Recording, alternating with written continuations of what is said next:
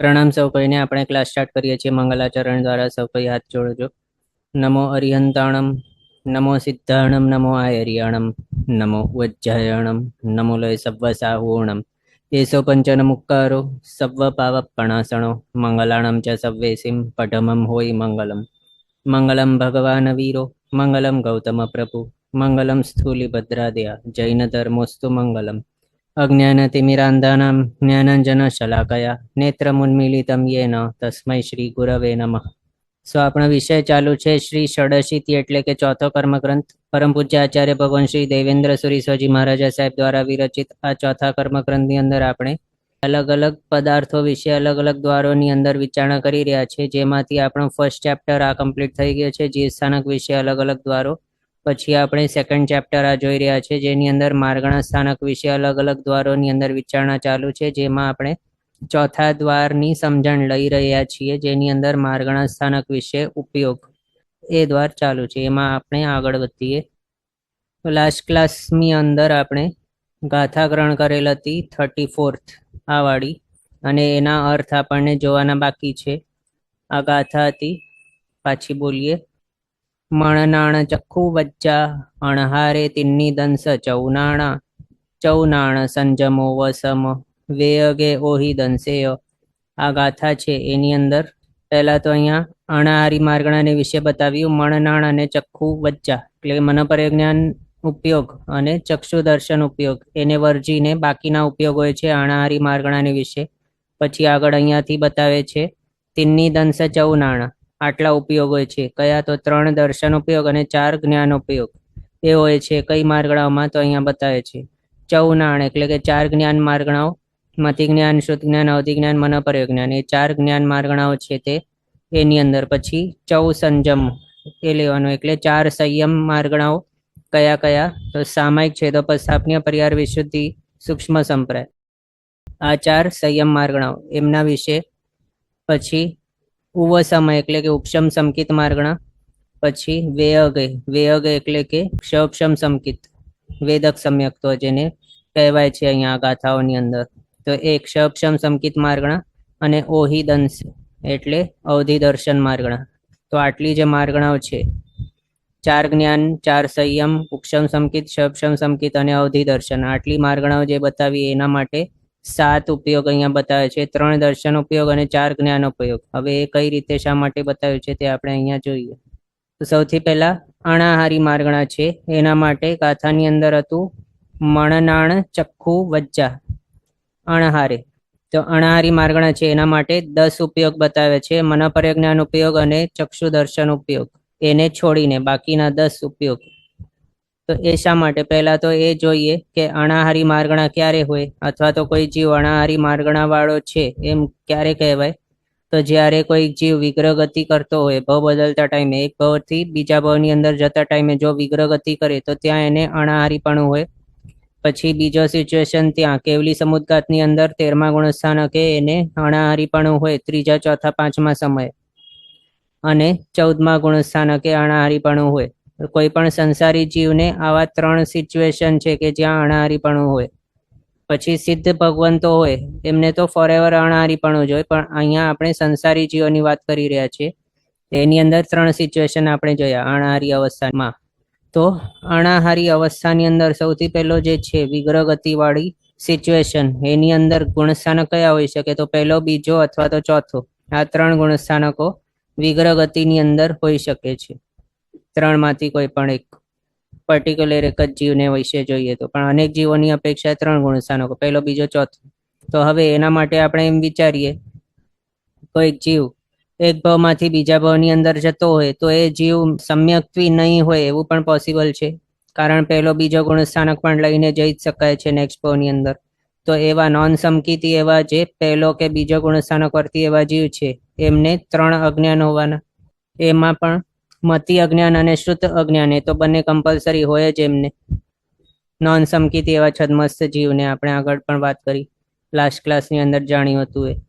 તો એ રીતે મતિ અજ્ઞાન અને શ્રુત અજ્ઞાન ઉપયોગ કમ્પલસરી હોય. પછી કોઈ વિભંગ જ્ઞાન વાળો હોય તો પછી એને વિભંગ જ્ઞાન પણ હોઈ શકે અણાહારીપણાની અંદર. એટલે એક્ઝામ્પલ માટે આપણે આગળ જોયું છે, કોઈ મિથ્યાત્વી એવા તિર્યંજ કે મનુષ્ય હોય સંજ્ઞી, તેઓ મૃત્યુ પામીને દેવ કે નરકની અંદર ઉત્પન્ન થતા હોય તો ત્યાં એમને આ ભાવનું છેલ્લું એનું આયુષ્ય પૂરું થયું અને તરત જ નેક્સ્ટ તેમનું દેવ કે નરકપણાનું આયુષ્ય સ્ટાર્ટ થઈ જાય છે, ઉદયમાં આવી જાય છે. અને તરત જ પહેલા જ સમયથી વિગ્રહ ગતિની અંદર પણ તેને વિભંગ જ્ઞાન હોય છે. એટલે ત્યાં વિગ્રહ ગતિની અંદર એક ભાવમાંથી બીજા ભાવની અંદર જતો હોય ત્યાં પણ એને આ હોય વિભંગ જ્ઞાન. પછી ઉત્પત્તિના પહેલા સમયે પણ વિભંગ જ્ઞાન, અને ત્યાં ભાવ બદલતા ટાઈમે એને અણાહારીપણું હતું. એટલે એ રીતે અણાહારી અવસ્થા જે છે ભાવ બદલતા ટાઈમ વાળી, એની અંદર પણ વિભંગ જ્ઞાન ઉપયોગ પોસિબલ છે. એમ આ રીતે એ જોઈ વિભંગ જ્ઞાન ઉપયોગ પણ પોસિબલ. એટલે 3 અજ્ઞાન ઉપયોગ આપણે જોઈ લીધા, પોસિબલ છે અણાહારીપણાની અવસ્થાની અંદર. પછી કોઈક સમકીતી હોય, એટલે કે ચોથો ગુણસ્થાનક લઈને એક ભાવમાંથી બીજા ભાવની અંદર જતો હોય, એ વિગ્રહ ગતિ કરે જો વચમાં, તો ત્યાં એને 3 જ્ઞાન હોઈ શકે. એમાંથી પણ મતિ જ્ઞાન અને શ્રુત જ્ઞાન એને કમ્પલસરી હોવાના કારણ એ કેવો છે, છદ્મસ્થ છે અને સમકીતી છે. એના હિસાબે એને મતિ જ્ઞાન શ્રુત જ્ઞાન કમ્પલસરી હોય. અને જો એને અવધિ જ્ઞાન હોય તો એ પણ એડિશન થઈ જાય. એટલે અવધિ જ્ઞાન પણ પોસિબલ છે ત્યાં. ચોથો ગુણસ્થાનક છે ત્યાં ભાવ બદલતા ટાઈમે વિગ્રહ ગતિની અંદર. તો આ રીતે એક્ઝામ્પલ તીર્થંકર ભગવંતોના આપણને ખ્યાલમાં છે, તે 3 જ્ઞાન સહિત ઉત્પન્ન થતા હોય તીર્થંકરપણાના ભાવની અંદર. એટલે એના હિસાબે પણ અવધિ જ્ઞાન ક્યાં હોય તો એ અણહારીપણાની અંદર પણ ભાવ બદલતા ટાઈમે અવધિ જ્ઞાન હોઈ શકે છે અને એનો ઉપયોગ ત્યાં. તો આ રીતે અવધિ જ્ઞાન ઉપયોગ પણ આવી ગયું. આ રીતે 3 જ્ઞાન ઉપયોગ આપણે જોયા. પછી ચોથો જ્ઞાન એટલે મનપર્ય જ્ઞાન વિચારીએ તો મનપર્ય જ્ઞાન અહીંયા શું પોસિબલ હોઈ શકે ભાવ બદલતા ટાઈમે? તો નહીં. મનપર્ય જ્ઞાન માત્ર સરવીર્તિધર એવા મહાત્માને જોઈ શકે, અને સરવીર્તિ એવું છે કે જે એક ભાવમાંથી બીજા ભાવની અંદર લઈ નહીં જઈ શકાય એવું. એમ એટલે વિગ્રહ ગતિની અંદર સરવીર્તિ નહીં હોય, દેશવીર્તિ પણ નહીં હોય, પણ આ સરવીર્તિ હોય તો જ મનપર્ય જ્ઞાન હોઈ શકે એવું છે. એટલે આ એક ભાવમાંથી બીજા ભાવની અંદર મનપર્ય જ્ઞાન લઈ નહીં જઈ શકાય એવું છે. એના હિસાબે વિગ્રહ ગતિની અંદર મનપર્ય જ્ઞાન નહીં હોય. એ કન્ક્લુડ થઈ ગયું. પછી હવે બીજી સિચ્યુએશન વિચારીએ, કઈ હતી અણહારીપણાની વિગ્રહ ગતિ સિવાય? તો કેવલી સમુદ્ગાત વાળી. કેવલી સમુદ્ગાતના 3જા 4થા 5મા સમય એ. તો ત્યાં શું મનપર્ય જ્ઞાન હોઈ શકે? તો નહીં, ત્યાં પણ નહીં હોય. ત્યાં કેમ નહીં હોય? કારણ ત્યાં તો હવે કેવલ જ્ઞાન પ્રગટી ગયું છે. ક્ષાયિક ભાવનું જ્ઞાન ગુણ તેઓનું પ્રગટી ગયું છે. તો હવે ક્ષાયોપશમિક ભાવ વાળું એવો મનપર્ય જ્ઞાન એમને નહીં હોય ત્યાં 13મા ગુણસ્થાનક કે કેવલી અવસ્થાની અંદર. એટલે કેવલી સમુદ્ગાત વખતે પણ મનપર્ય જ્ઞાન નહીં હોય. પછી ત્રીજી સિચ્યુએશન કઈ હતી? અયોગી અવસ્થા 14મા ગુણસ્થાનક વાળી. ત્યાં શું હોય મનપર્ય જ્ઞાન? તો કે ત્યાં પણ નહીં હોય. ત્યાં પણ કેવલ જ્ઞાની છે તેઓ, એટલે ત્યાં પણ મનપર્ય જ્ઞાન હોતું નથી. સરવીર્તિ ભલે છે 13મે 14મે, પણ મનપર્ય જ્ઞાન નહીં હોય, કારણ કેવલ જ્ઞાન જ પ્રગટી ગયું છે.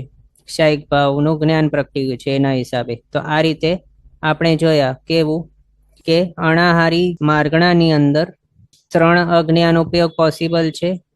કઈ રીતે, શા માટે તે જોયું. પછી જ્ઞાનોપયોગમાંથી મતિ જ્ઞાનોપયોગ, શ્રુત જ્ઞાનોપયોગ અને અવધિ જ્ઞાનોપયોગ, એ 3 જ્ઞાનોપયોગ પોસિબલ છે. મનપર્ય જ્ઞાનોપયોગ કેમ પોસિબલ નથી તે આપણે જોયું. 3 સિચ્યુએશન વિશે વિચાર્યું. ત્યાં કોઈ પણ સિચ્યુએશનની અંદર મનપર્ય જ્ઞાન ઉપયોગ પોસિબલ નથી. એમાં પણ હમણાં આપણે આગળ જે જોયા આ માર્ગણાની અંદર 3 અજ્ઞાન ઉપયોગ અને 3 જ્ઞાન ઉપયોગ, એક કઈ સિચ્યુએશનની અપેક્ષા હતા? તો પહેલી સિચ્યુએશન વિગ્રહ ગતિ વાળી. માત્ર વિગ્રહ ગતિની અંદર જ 3 અજ્ઞાન ઉપયોગ અને 3 જ્ઞાન ઉપયોગ અણાહારી માર્ગણાની અંદર હોઈ શકે, પણ કેવલી સમુદ્ગાત વખતે નહીં હોય, અને અયોગી કેવલી 14મા ગુણસ્થાનકે પણ નહીં હોય. કારણ ત્યાં હમણાં જ આપણે જોયું કેવું છે, ક્ષાયિક ભાવના જ્ઞાન પ્રગટી ગયું છે ત્યાં. એટલે હવે ત્યાં શું છે, ક્ષયપશમિક ભાવ વાળા કોઈ પણ મતિ જ્ઞાન, શ્રુત જ્ઞાન કે મતિ અજ્ઞાન, શ્રુત અજ્ઞાન કે અવધિ જ્ઞાન, વિભંગ જ્ઞાન એ બધા નહીં હશે 13મા 14મા ગુણસ્થાનકે. એના હિસાબે 3 અજ્ઞાન ને 3 જ્ઞાન એ બધા માત્ર વિગ્રહ ગતિની અપેક્ષાએ, એ સિચ્યુએશનની અપેક્ષાએ આપણે જાણ્યા આની અંદર. પછી જ્ઞાનોપયોગમાંથી આપણે 4 વિશે વિચારી લીધું. 3 પોસિબલ છે, ચોથું મનોપર્ય જ્ઞાન પોસિબલ નથી. હવે કેવલ જ્ઞાનોપયોગ વિશે વિચારીએ તો કેવલ જ્ઞાનોપયોગ કેવું છે? એ ઘાતી કર્મનો સંપૂર્ણ ક્ષય થઈ ગયું છે. જે પણ જીવોનું છદ્મસ્થ અવસ્થા ચાલી ગઈ છે એવા જીવોને કેવલ જ્ઞાન પ્રગટેલું હોય છે. અને હવે એમાં વિચારીએ અણાહારી અવસ્થાવાળી સિચ્યુએશન્સની અંદર જે 3 સિચ્યુએશન છે એનામાંથી કેવલ જ્ઞાન કોઈ સિચ્યુએશનની અંદર હોઈ શકે છે, કઈ છે ત્યાં? તો હા છે. વિગ્રહ ગતિની અંદર નહીં હોય, પણ કેવલી સમુદ્ગાત વખતે 13મા જે ગુણસ્થાનક છે ત્યાં 3જા, 4થા, 5મા સમયે જ્યાં અણાહારીપણું હોય છે ત્યાં કેવલ જ્ઞાની છે પોતે જ ભગવાન. પ્લસ 14મા ગુણસ્થાનક પરથી અયોગી કેવલી ભગવાન છે તે પણ કેવલી ભગવાન છે. એટલે આ રીતે અણાહારી માર્ગણાની અંદર સેકન્ડ અને થર્ડ સિચ્યુએશન જે છે કેવલી સમુદ્ગાત વાળી બીજી સિચ્યુએશન અને ત્રીજી સિચ્યુએશન પેલી અયોગી કેવલી 14મા ગુણસ્થાનક વાળી, એની અપેક્ષાએ કેવલ જ્ઞાન હશે અને કેવલ જ્ઞાન ઉપયોગ પોસિબલ થઈ જશે આ માર્ગણાની અંદર. એ જ રીતે સેમ કેવલ દર્શન ઉપયોગ વિશે સમજવાનું. હમણાં સુધી આપણે 3 અજ્ઞાન ઉપયોગ જોઈ લીધા, કઈ રીતે શા માટે છે તે. પછી 3 જ્ઞાનોપયોગ જોયા, કઈ રીતે છે તે. મનપરે જ્ઞાન ઉપયોગ જોયો, શા માટે નથી તે. કેવલ જ્ઞાન ઉપયોગ જોયો, કેમ છે તે. એટલે આ રીતે 3 અજ્ઞાન અને 5 જ્ઞાન વિશે વિચારણા થઈ ગઈ. હવે દર્શન વિશે વિચારીએ તો દર્શન કેટલા છે? 4. ચક્ષુ દર્શન, અચક્ષુ દર્શન, અવધિ દર્શન, કેવલ દર્શન. એનામાંથી આપણે વિચારીએ ચક્ષુ દર્શનથી સ્ટાર્ટ કરીને. તો આ અણાહારી અવસ્થાના 3 સિચ્યુએશનમાંથી ચક્ષુ દર્શન ક્યાં હોઈ શકે? તો ફર્સ્ટ સિચ્યુએશન વિશે વિચારીએ. ફર્સ્ટ સિચ્યુએશન કેવી છે? વિગ્રહ ગતિવાળી. તો વિગ્રહ ગતિની અંદર હજી તેણે ચક્ષુરેન્દ્રિય ફોર્મ કરેલી જ નથી, હજી ઉત્પત્તિ સ્થાને પહોંચ્યો જ નથી. એને ભવધારણીય એવો શરીર જે છે એની રચનાની સ્ટાર્ટ જ નથી કરી. હજી સુધી એની પાસે માત્ર કાર્મણ શરીર અને તેજસ શરીર જ બે છે. એ ચક્ષુ તેને ક્યારે મળશે? જ્યારે એ આગળ ત્યાં ઉત્પત્તિ સ્થાને જઈને ઉત્પન્ન થઈને પોતાના ભવધારણીય શરીરની રચના વગેરે સ્ટાર્ટ કરશે, ચક્ષુરેન્દ્રિય બનાવી દેશે, સહયોગ્ય બધી પર્યાપ્તિઓ પૂરી કરી લેશે. ત્યાં પછી એની ચક્ષુરેન્દ્રિય જે ઇન્દ્રિય પર્યાપ્તિ પૂરી કરી લીધા બાદ ચક્ષુરેન્દ્રિય ફોર્મ થઈ ગઈ, પણ એની સ્વયોગ્ય કાર્ય ક્યારે કરી શકે? કર્મગ્રંથકાર શ્રી ભગવાનના મત મુજબ તો સ્વયોગ્ય બધી પર્યાપ્તિઓ પૂરી કરી લે ત્યારે કરી શકશે પોતાનું કાર્ય. એટલે ચક્ષુ દર્શન એને પર્યાપ્ત અવસ્થાની અંદર હશે, પણ અહીંયા વિગ્રહ ગતિની અંદર ભવ બદલતા ટાઈમે એને નહીં હોય ચક્ષુ દર્શન. એના હિસાબે અણાહારી અવસ્થાનું અથવા તો અણાહારી માર્ગણાનું ફર્સ્ટ સિચ્યુએશન જે છે એ તો કેન્સલ થઈ ગઈ ચક્ષુ દર્શન માટે. હવે બીજી સિચ્યુએશન વિચારીએ, કેવલી સમુદ્ગાત વાળી. ત્યાં હોય ચક્ષુ દર્શન તો નહીં. કેમ નહીં હોય? તો કેવલી ભગવાન કેવા છે? ક્ષાયિક ભાવનું દર્શન ગુણ તેઓનું પ્રગટી ગયું છે, એટલે કેવલ દર્શન તેઓનું પ્રગટી ગયું છે. એટલે હવે તેઓને માત્ર કેવલ દર્શન ઉપયોગ હશે, પણ ચક્ષુ દર્શન નહીં હશે એમને પછી. એમ ચક્ષુ દર્શન કેવું છે? ક્ષયોપશમિક ભાવ વાળું છે દર્શન. એ તેઓને પછી નહીં હશે. એક વખત કેવલી અવસ્થા તેઓની પ્રાપ્ત થઈ ગઈ, એક વખત છદ્મસ્થ અવસ્થા નીકળી ગઈ, પછી હવે ચક્ષુ દર્શન, અચક્ષુ દર્શન, અવધિ દર્શન તેઓને નહીં હોય. માત્ર એક કેવલ દર્શન જ હોય છે કેવલ જ્ઞાની ભગવંતોને. એના હિસાબે બીજી સિચ્યુએશન જે છે કેવલી સમુદ્ગાત વાળી, ત્યાં ચક્ષુ દર્શન પોસિબલ નથી. ત્રીજી સિચ્યુએશન અયોગી કેવલી ભગવંત વાળી 14મા ગુણસ્થાનક વાળી, ત્યાં પણ આ ચક્ષુ દર્શન પોસિબલ નથી. કારણ સેમ હમણાં જે આપણે જોયું કેવલી સમુદ્ગાતના રીઝન, ત્યાં કેમ નહીં હોય સેમ. આ તેઓ કેવા છે હમણાં 14મા ગુણસ્થાનક કે કેવલી છે, અને ત્યાં હવે આવા પ્રકારનું દર્શન નહીં હોય, ક્ષયોપશમિક ભાવ વાળું ચક્ષુ દર્શન. એના હિસાબે 3 સિચ્યુએશન આપણે ગણી લીધી જેની અંદર ચક્ષુ દર્શન કોઈ પણ સિચ્યુએશનમાં પોસિબલ નથી. એના હિસાબે અહીંયા અણાહારી માર્ગણાની અંદર ચક્ષુ દર્શન ઉપયોગ નહીં હોય. પછી હવે અચક્ષુ દર્શન વિચારીએ. ફર્સ્ટ સિચ્યુએશનની અંદર વિચારીએ તો ભવ બદલતા ટાઈમે વિગ્રહ ગતિની અંદર શું અચક્ષુ દર્શન હોય જીવને? તો હા, હોવાનું. કારણ શું છે? કારણ ભવ બદલતા ટાઈમે જે જીવ છે એ કેવો છે? સંસારી જે છદ્મસ્થ છે, અને છદ્મસ્થ એવા દરેક જીવને આપણે આગળ વિચારણા કરી લીધી છે. રૂલની મુજબ આપણે યાદ રાખવા કીધું હતું કે જે પણ છદ્મસ્થ જીવ છે બધાને કમ્પલસરી અચક્ષુ દર્શન તો હોવાનું જ છે. અને ભવ બદલતા ટાઈમે જે છે વિગ્રહ ગતિ જે કરતા હોય જીવો તે કેવા હોય? છદ્મસ્થ હોય તે જ વિગ્રહ ગતિ કરતા હોય. પણ કેવલી ભગવાન કઈ વિગ્રહ ગતિઓ નહીં કરે, ભવ બદલવાનું છે જ નહીં તેઓને. તેઓનો અંતિમ ભવ હોય છે કેવલી ભગવાનનું. એટલે આ રીતે વિગ્રહ ગતિની અંદર કોણ હોય? તો માત્ર છદ્મસ્થ જીવો, અને છદ્મસ્થ જીવોને કમ્પલસરી હોય એવું શું છે? તો અચક્ષુ દર્શન એમને હોય જ. તો આ રીતે એના હિસાબે અચક્ષુ દર્શન અહીંયા કેવું છે, અચક્ષુ દર્શન ઉપયોગ પોસિબલ છે અણારીપણાના ફર્સ્ટ સિચ્યુએશનની અપેક્ષા, વિગ્રહ ગતિ વાળી સિચ્યુએશન છે એની અપેક્ષા. પછી બીજી સિચ્યુએશન વિચારીએ કેવલી સમુદ્ગાત વખતે, ત્યાં શું હોય, અચક્ષુ દર્શન તો નહીં હોય. અચક્ષુ દર્શન કેવો છે, તો ચક્ષુ દર્શન જેવો જ સેમ ક્ષાયોપશમિક ભાવ વાળું છે, પણ ક્ષાયિક ભાવ વાળો નથી હોતું. એટલે કેવલી ભગવંતોને પછી અચક્ષુ દર્શન નહીં હોય, માત્ર છન્મસ્થ જીવોને હોય છે એમ. એના હિસાબે ત્યાં કેવલી સમુદ્ગાત વખતે નહીં હોય. પછી અયોગી કેવલી 14મા ગુણસ્થાનક વાળા જે છે એમને પણ અચક્ષુ દર્શન નહીં હોય.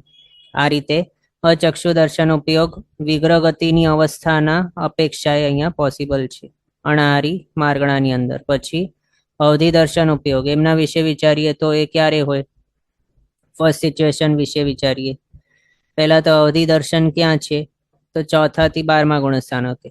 એમાં આપણે એમ જો વિચારીએ કે વિગ્રહ ગતિની અંદર શું અવધિ દર્શન હોઈ શકે, તો હા, કર્મગ્રંથકાર શ્રી ભગવાનના મત મુજબ જે પણ જીવોને અવધિ જ્ઞાન હોય છે એમને અવધિ દર્શન તો હોય જ છે ભેગું. એટલે જેમને અવધિ જ્ઞાન છે એમને અવધિ દર્શન છે, આ રીતે કહેલું છે. એના હિસાબે જે પ્રમાણે અવધિ જ્ઞાન એક ભાવમાંથી બીજા ભાવની અંદર લઈ જઈ શકાય છે, એ જ રીતે અવધિ દર્શન પણ એની સાથે લઈ જાય છે જીવ. એના હિસાબે વિગ્રહ ગતિ જો એ કરે ભાવ બદલતા ટાઈમે, તો ત્યાં એને અવધિ દર્શન હોય. અવધિ દર્શન છે એટલે અવધિ દર્શન ઉપયોગે છે ત્યાં. આ રીતે વિગ્રહ ગતિની અપેક્ષા અવધિ દર્શન આવી ગયું. પછી વિચારીએ કેવલી સમુદ્ગાત વખતનું, તો ત્યાં પોસિબલ શું હોય, તો નહીં હોય. અવધિ દર્શન પણ કેવું છે, કે જે ક્ષાયોપશમિક ભાવ વાળું જ્ઞાન. અને હવે કેવલી ભગવાન તો પોતે ક્ષાયિક ભાવ વાળા જ્ઞાનના સ્વામી બની ગયા છે, એટલે હવે તેઓને માત્ર કેવલ જ્ઞાન હશે જ્ઞાનમાંથી, અવધિ જ્ઞાન નહીં હશે. એ જ રીતે દર્શનમાંથી તેઓને કેવલ દર્શન હશે, પણ અવધિ દર્શન, ચક્ષુ દર્શન, અચક્ષુ દર્શન એ બધા નહીં હશે એમ. એટલે કેવલી સમુદ્ગાત વખત વાળી સિચ્યુએશનની અંદર અવધિ દર્શન ઉપયોગ નહીં હોય. એ જ રીતે 14મા ગુણસ્થાનકે પણ કેવલી ભગવંત છે તેઓ કેવલ જ્ઞાની છે, એટલે તેઓને કેવલ જ્ઞાન ઉપયોગ અને કેવલ દર્શન ઉપયોગ હશે, બાકીના કોઈ પણ જ્ઞાન ઉપયોગ કે દર્શન ઉપયોગ નહીં હોય. એટલે આ રીતે અણાહારી માર્ગણાના ફર્સ્ટ સિચ્યુએશન જે છે વિગ્રહ ગતિવાળી સિચ્યુએશન, એની અપેક્ષાએ અવધિ દર્શન ઉપયોગ અહીંયા પોસિબલ થાય છે, પણ બીજી ત્રીજી સિચ્યુએશનની અપેક્ષાએ નહીં હોય. આમ આ રીતે જોયું અવધિ દર્શન ઉપયોગ. પછી છેલ્લો ચોથો દર્શન છે કેવલ દર્શન. તો અહીંયા અણાહારી માર્ગણાની અંદર વિગ્રહ ગતિ વખતે કેવલ દર્શન ઉપયોગ નહીં હોય. કેવલી એક વખત બની ગયા હોય તો પછી તેઓને ભાવ બદલવાનું હોતું નથી, એના હિસાબે વિગ્રહ ગતિની અંદર કેવલ દર્શન નહીં હોય.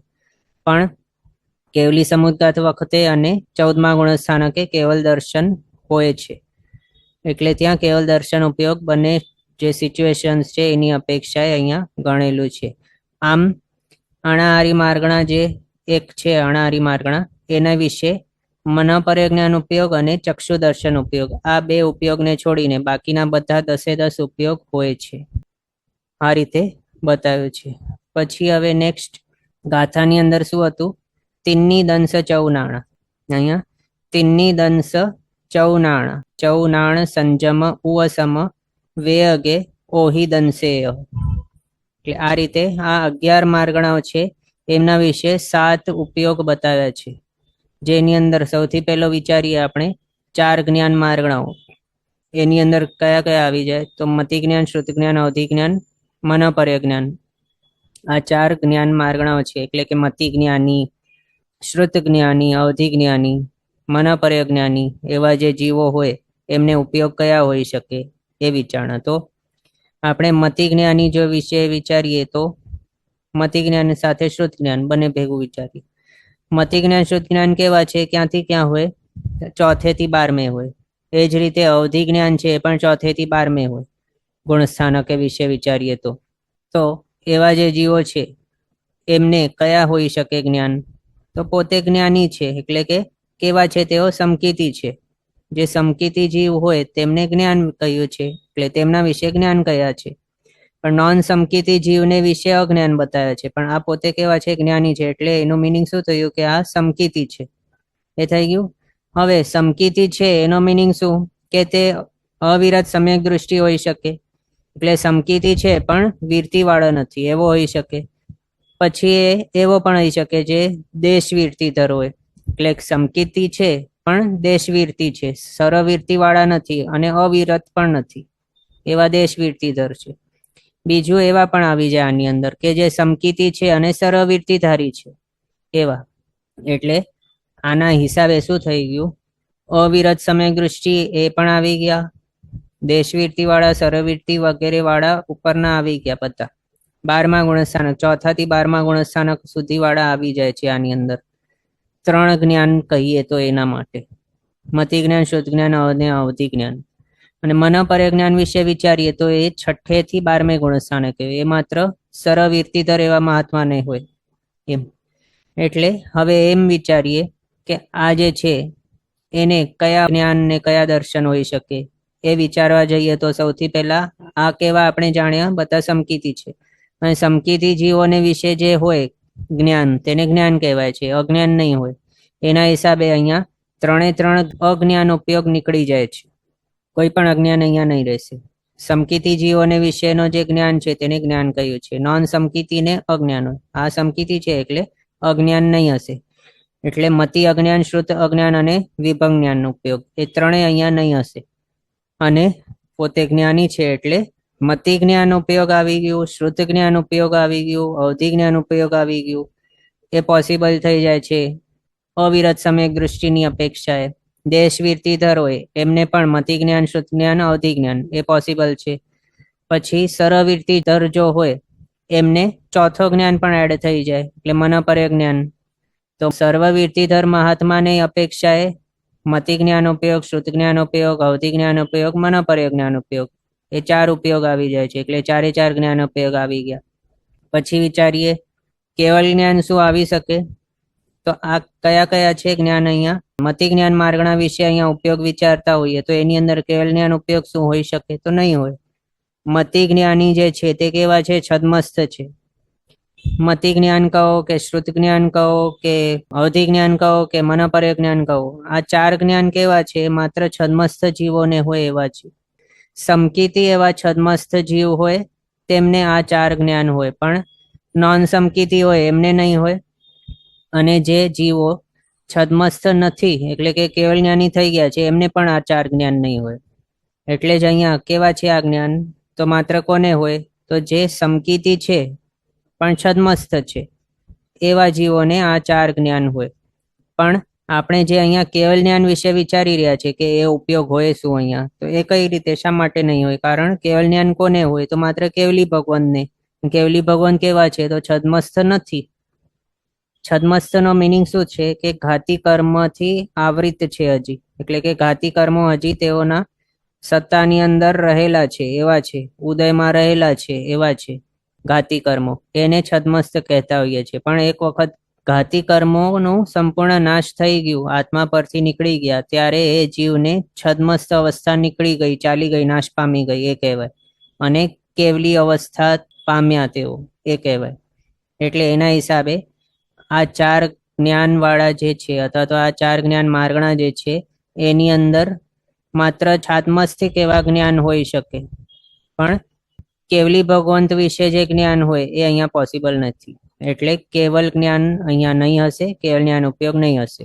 બીજા વર્ષમાં આપણે કહીએ તો આ 4 જ્ઞાન ગુણસ્થાનક વિશે વિચારીએ તો કયા ગુણસ્થાનક સુધી હોય, તો 12મે સુધી હોઈ શકે આ 4 જ્ઞાન. મેક્સિમમ ઉપર જો જોઈએ તો 12મે સુધી, એનાથી ઉપર 13મે 14મે નહીં હોય. પણ કેવલ જ્ઞાન ક્યાં હોય, તો 13મે 14મે ગુણસ્થાનકે હોય.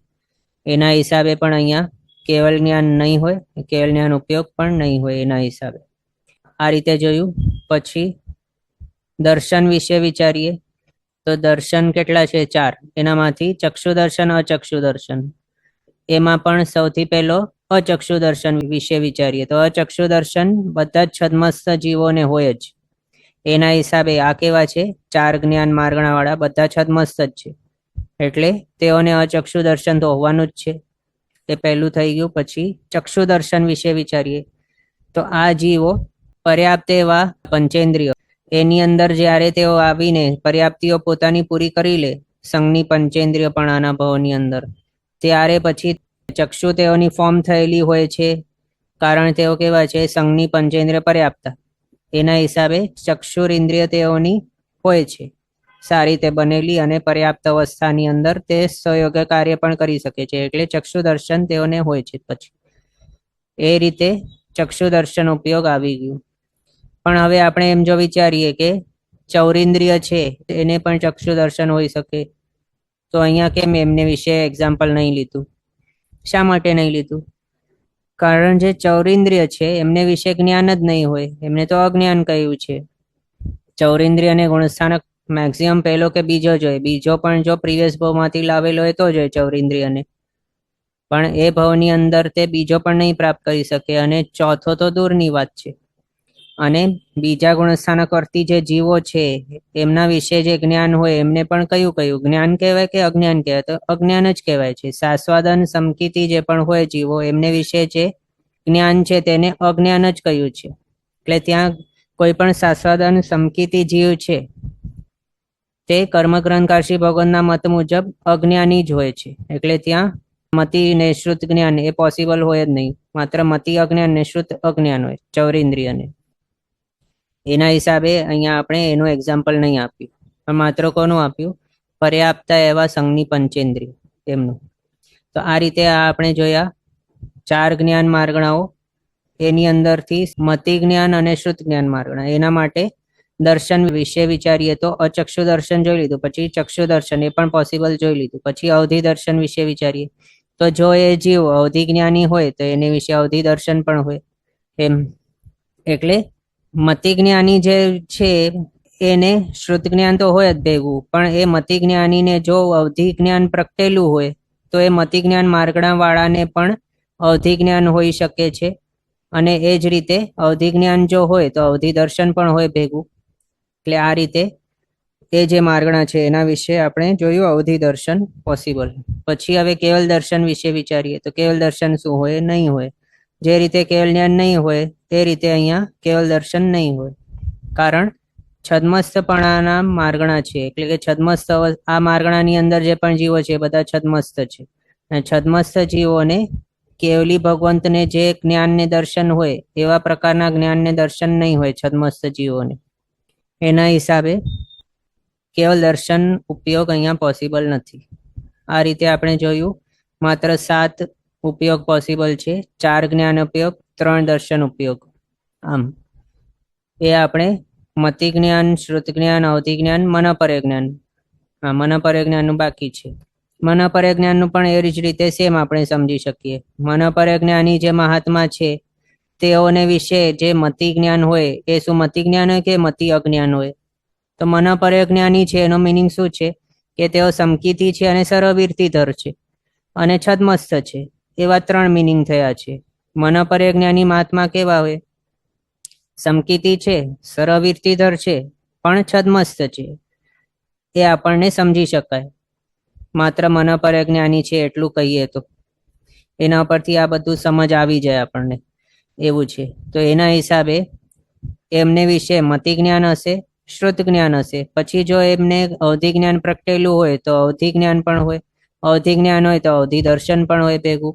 પછી એ મનપર્ય જ્ઞાની છે એનો મિનિંગ શું કે તેઓ પર્યાપ્તા છે, સંઘની પંચેન્દ્રિય છે, એમને જ મનપર્ય જ્ઞાન હોઈ શકે. તો એવા જીવને ચક્ષુ દર્શન શું હોય? તો હા હોય, હજી છદ્મસ્થ જ છે અને પંચેન્દ્રિય છે પર્યાપ્તા, એટલે ચક્ષુ પણ છે ને ચક્ષુ દર્શન આવી જાય. પછી તેઓ છદ્મસ્થ છે એટલે અચક્ષુ દર્શન પણ હોય. પછી આગળ હમણાં આપણે અહીંયા જોયું કે તેઓને વિશે જો અવધિ જ્ઞાન પ્રગટેલું હોય તો સાથે ભેગું અવધિ દર્શન પણ હોય. એટલે આ રીતે 4 જ્ઞાન ને 3 દર્શન આપણે જોયા ને સમજ્યા મનપર્ય જ્ઞાની મહાત્માને વિશે, મનપર્ય જ્ઞાન માર્ગણા વાળા. પછી સંયમ માર્ગણા 4, સામાયિક, છેદોપસ્થાપનીય, પર્યાર વિશુદ્ધિ અને સૂક્ષ્મ સંપ્રાય. આ 4 સંયમ માર્ગણા છે. એનામાંથી સામાયિક ચારિત્ર, છેદોપસ્થાપનીય ચારિત્ર, એમને વિશે ગુણસ્થાનક કયા હોય? 6થો થી 9મો હોય. પર્યાર વિશુદ્ધિ સંયમ માર્ગણા એને વિશે કયા ગુણસ્થાનક હોય? 6થો 7મો હોય. સૂક્ષ્મ સંપ્રાય ચારિત્ર 10મો ગુણસ્થાનક હોય, માત્ર 1. તો એ 4 સંયમ માર્ગણાને વિશે આ 7 ઉપયોગ બતાવ્યો છે. એમાં આપણે સમજતા જઈએ. બધા કેવા છે? સર્વવીરતિધર છે. સંયમ માર્ગણા વાળા ચારે ચાર જે સંયમ કે ચારિત્ર બતાવે છે બધા સરવીર્તિધર છે. એટલે મિનિમમ ગુણસ્થાનક તેઓનું કયું છે તો છઠ્ઠો થી કયાક છે છઠ્ઠો સાતમો, એટલે કે પરિવાર વિશુદ્ધિ વાળો છઠ્ઠો સાતમો, પહેલા બે એટલે સામાયિક અને છેદોપસાપનીય છઠ્ઠો સાતમો આઠમો નવમો 4 ગુણસ્થાનક, અને સૂક્ષ્મ સંપ્રાય વાળો 10મું એક જ ગુણસ્થાનક. એનામાં તેઓ કેવા છે સરવીર્તિધર છે. સરવીર્તિધર નો મિનિંગ શું સમજી લેવાય તરત જ કે તેઓ સમકીતિ છે, અને સમકીતિ છે પ્લસ આ સંયમ છે તેઓને, એની અંદર તેઓને કોઈ પણ યથાખ્યાત ચારિત્ર નથી. એ માત્ર યથાખ્યાત ચારિત્ર જ એવું છે કે જેની અંદર ક્ષાયિક ભાવ વાળું સંયમ હોઈ શકે, પણ બાકીના અહીંયા જે બતાવ્યા છે ચારે ચાર સંયમ એ કેવા છે ક્ષાયિક ભાવ વાળા નથી. એટલે અહીંયા ક્ષાયિક ભાવ વાળા કેવલ જ્ઞાન કે કેવલ દર્શન નહીં હોય, પણ જે ક્ષયક્ષમ ભાવ વાળા જ્ઞાન ને દર્શન હોય એ અહીંયા માત્ર પોસિબલ રહેશે એમ. અને આ છે સમકીતિ એટલે અજ્ઞાન નહીં રહેશે કોઈ પણ, ત્રણ અજ્ઞાન નીકળી ગયા.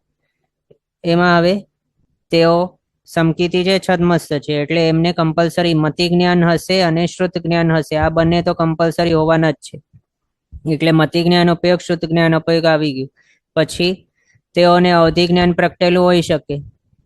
કેવા પ્રકારનું ક્ષયક્ષમ તેઓએ કરેલું છે અવધિ જ્ઞાન અવણીય કર્મનો, એના ઉપરથી ડિપેન્ડન્ટ છે કે તેઓને અવધિ જ્ઞાન પ્રગટેલું હોઈ શકે. જો એ પ્રગટેલું હોય તો અવધિ જ્ઞાન ઉપયોગ આવી ગયું અને અવધિ દર્શન ઉપયોગ આવી ગયું એની સાથે. પછી એ સરવીર્તિધર છે, એના હિસાબે તેઓને મનપર્ય જ્ઞાન પણ ઉત્પન્ન થઈ શકે છે 7મા ગુણસ્થાનકે, અને મનપર્ય જ્ઞાન 6 થી 12મે ગુણસ્થાનકે હોય. આ ચાર સંયમ છે એનામાં સામાયિક અને છેદોપસ્થાપનીય એ બે ચારિત્ર 6 થી 9મા ગુણસ્થાનકે હોય. પરિવાર વિશુદ્ધિ ચારિત્ર 6 7મે હોય અને સૂક્ષ્મ સંપ્રાય 10મે હોય. તો આપણે વિચારીએ કે મનપર્ય જ્ઞાન એ કયા કયા ગુણસ્થાનકે હોય પોસિબલ, તો 6 થી 12મે હોય. અને એ જે રેન્જ છે 6 થી 12મા વાળી એ જ રેન્જની અંદર જ આ ચારે ચાર સંયમ માર્ગણા વાળા આવી જાય છે. એના હિસાબે આ ચારે સંયમ માર્ગણાની અંદર મનપર્ય જ્ઞાન પ્રગટેલું હોઈ શકે છે. એના હિસાબે એનું મનપર્ય જ્ઞાન ઉપયોગ પણ પોસિબલ છે ત્યાં. આ રીતે જોયું, 4 જ્ઞાન ઉપયોગ થઈ ગયા, અને કેવલ જ્ઞાન ઉપયોગ કેમ નહીં હોય તે જાણ્યું આપણે. પછી દર્શન વિશે વિચારીએ તો ફર્સ્ટ ચક્ષુ દર્શન વિશે વિચારીએ તો ચક્ષુ દર્શન આમને શું હોય તો આ કેવા છે સરવીર્તિ વાળા છે. આ બધા સામાયિક ચારિત્ર છે દપસાપની વગેરે જે છે બધા સરવીર્તિ અવસ્થા વાળા છે. અને એ સરવીર્તિધર છે એમનો મિનિંગ શું કે તેઓ પર્યાપ્તા છે અને પંચેન્દ્રિય છે સંજ્ઞી છે. કોઈક જીવ સરવીર્તિધર છે એના ઉપરથી આપણે તરત એ સમજી શકીએ કે તે કેવા છે, પર્યાપ્તા છે, સંજ્ઞી છે, પંચેન્દ્રિય છે અને સમકીતિ છે. આટલી વસ્તુ આપણે તરત જ સમજી શકીએ માત્ર એ સરવીર્તિધર છે એટલું જાણીને. એના ઉપરથી અહીંયા આપણે વિચારીએ તો પંચેન્દ્રિય છે, પર્યાપ્તા છે, અને તેઓ કેવા છે હજી છદ્મસ્થ છે, એના હિસાબે ચક્ષુ દર્શન હોવાનું છે. પછી અચક્ષુ દર્શન વિશે વિચારીએ તો આ જીવો કેવા છે, બધા છદ્મસ્થ છે, છાદ્મસ્તિક સંયમ છે આ બધા. એના હિસાબે જે પણ છદ્મસ્થ જીવો હોય બધાને અચક્ષુ દર્શન હોય જ કમ્પલસરી. એના ઉપરથી અહીંયા અચક્ષુ દર્શન એમને હશે, અચક્ષુ દર્શન ઉપયોગ. પછી અવધિ દર્શન વિશે વિચારીએ તો અવધિ દર્શન ઉપયોગ પણ અહીંયા પોસિબલ છે જો એમને અવધિ જ્ઞાન પ્રગટેલું હોય તો. એટલે આ રીતે દર્શનમાંથી 3 દર્શન અને જ્ઞાનમાંથી 4 જ્ઞાન ઉપયોગ પોસિબલ. 4 જ્ઞાન ઉપયોગ 3 દર્શન ઉપયોગ. પણ ચોથું એવો કેવલ દર્શન એ નહીં હશે તેઓને, કારણ તેઓ છાદ્મસ્તિક એવા સંયમધારી સરવીર્તિધર છે, છદ્મસ્થપણાની અવસ્થાવાળા છે, હજી કેવલ જ્ઞાન પ્રગટેલું નથી તેઓને. એટલે હવે એમને માટે અહીંયા કેવલ જ્ઞાન નહીં હશે, એની સાથે કેવલ દર્શન જે હોય એ પણ અહીંયા નહીં હશે. ક્ષાયિક ભાવવાળા ન તો જ્ઞાન હોય ન તો દર્શન હોય આ 4 સંયમ માર્ગણાની અંદર. એ રીતે આપણે જોયું 7 ઉપયોગ અહીંયા પોસિબલ. પછી અવધિ દર્શન માર્ગણા. હવે આ અવધિ દર્શન માર્ગણા આપણે કર્મગ્રંથકાર શ્રી ભગવંતના હિસાબે જોઈ રહ્યા છીએ, જેની અંદર તેઓ એમ કહે છે કે જે જીવોને અવધિ જ્ઞાન પ્રગટેલું હોય એમને જ અવધિ દર્શન હોઈ શકે. એના હિસાબે તેઓના મત મુજબ ચોથો થી 12મો ગુણસ્થાનક. કર્મગ્રંથકાર શ્રી ભગવંત એ કહે છે 4થા થી 12મા ગુણસ્થાનકે અવધિ દર્શન હોય, માત્ર અવધિ જ્ઞાનની સાથે આવે છે. એના હિસાબે આપણે અહીંયા વિચારીએ તો એની હિસાબે શું થાય છે? 3 અજ્ઞાન ઉપયોગ અહીંયા નહીં હોય પોસિબલ, કારણ આ સમકીતી જીવોને વિશે હોય, અને એ પણ કેવા સમકીતી? તો છાદ્મસ્થિક સમકીતી જીવ. સમકીતી છે એનો મિનિંગ ચોથો ગુણસ્થાનક અને એના ઉપરના છે. છાદ્મસ્થિક છે એનો મિનિંગ કે 13માની નીચે વાળા છે, એટલે કે 12મા સુધી વાળા છે. એના હિસાબે શું થયું? આ અવધિ દર્શન 4થે થી 12મે ગુણસ્થાનકે હોય.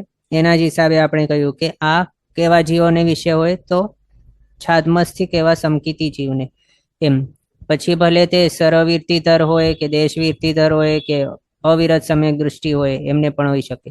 તો જે જીવો અવધિ દર્શન માર્ગણા વાળા છે એમને કયા જ્ઞાન દર્શન ઉપયોગ હોઈ શકે? તો આપણે જોયું અવધિ દર્શન માર્ગણા વાળાને અજ્ઞાન નહીં હોય, એના હિસાબે અજ્ઞાન ઉપયોગ 3 નહીં હોય પોસિબલ. પછી જ્ઞાન ઉપયોગ વિશે વિચારીએ તો છદ્મસ્થ અવસ્થાવાળા સમકીતી છે.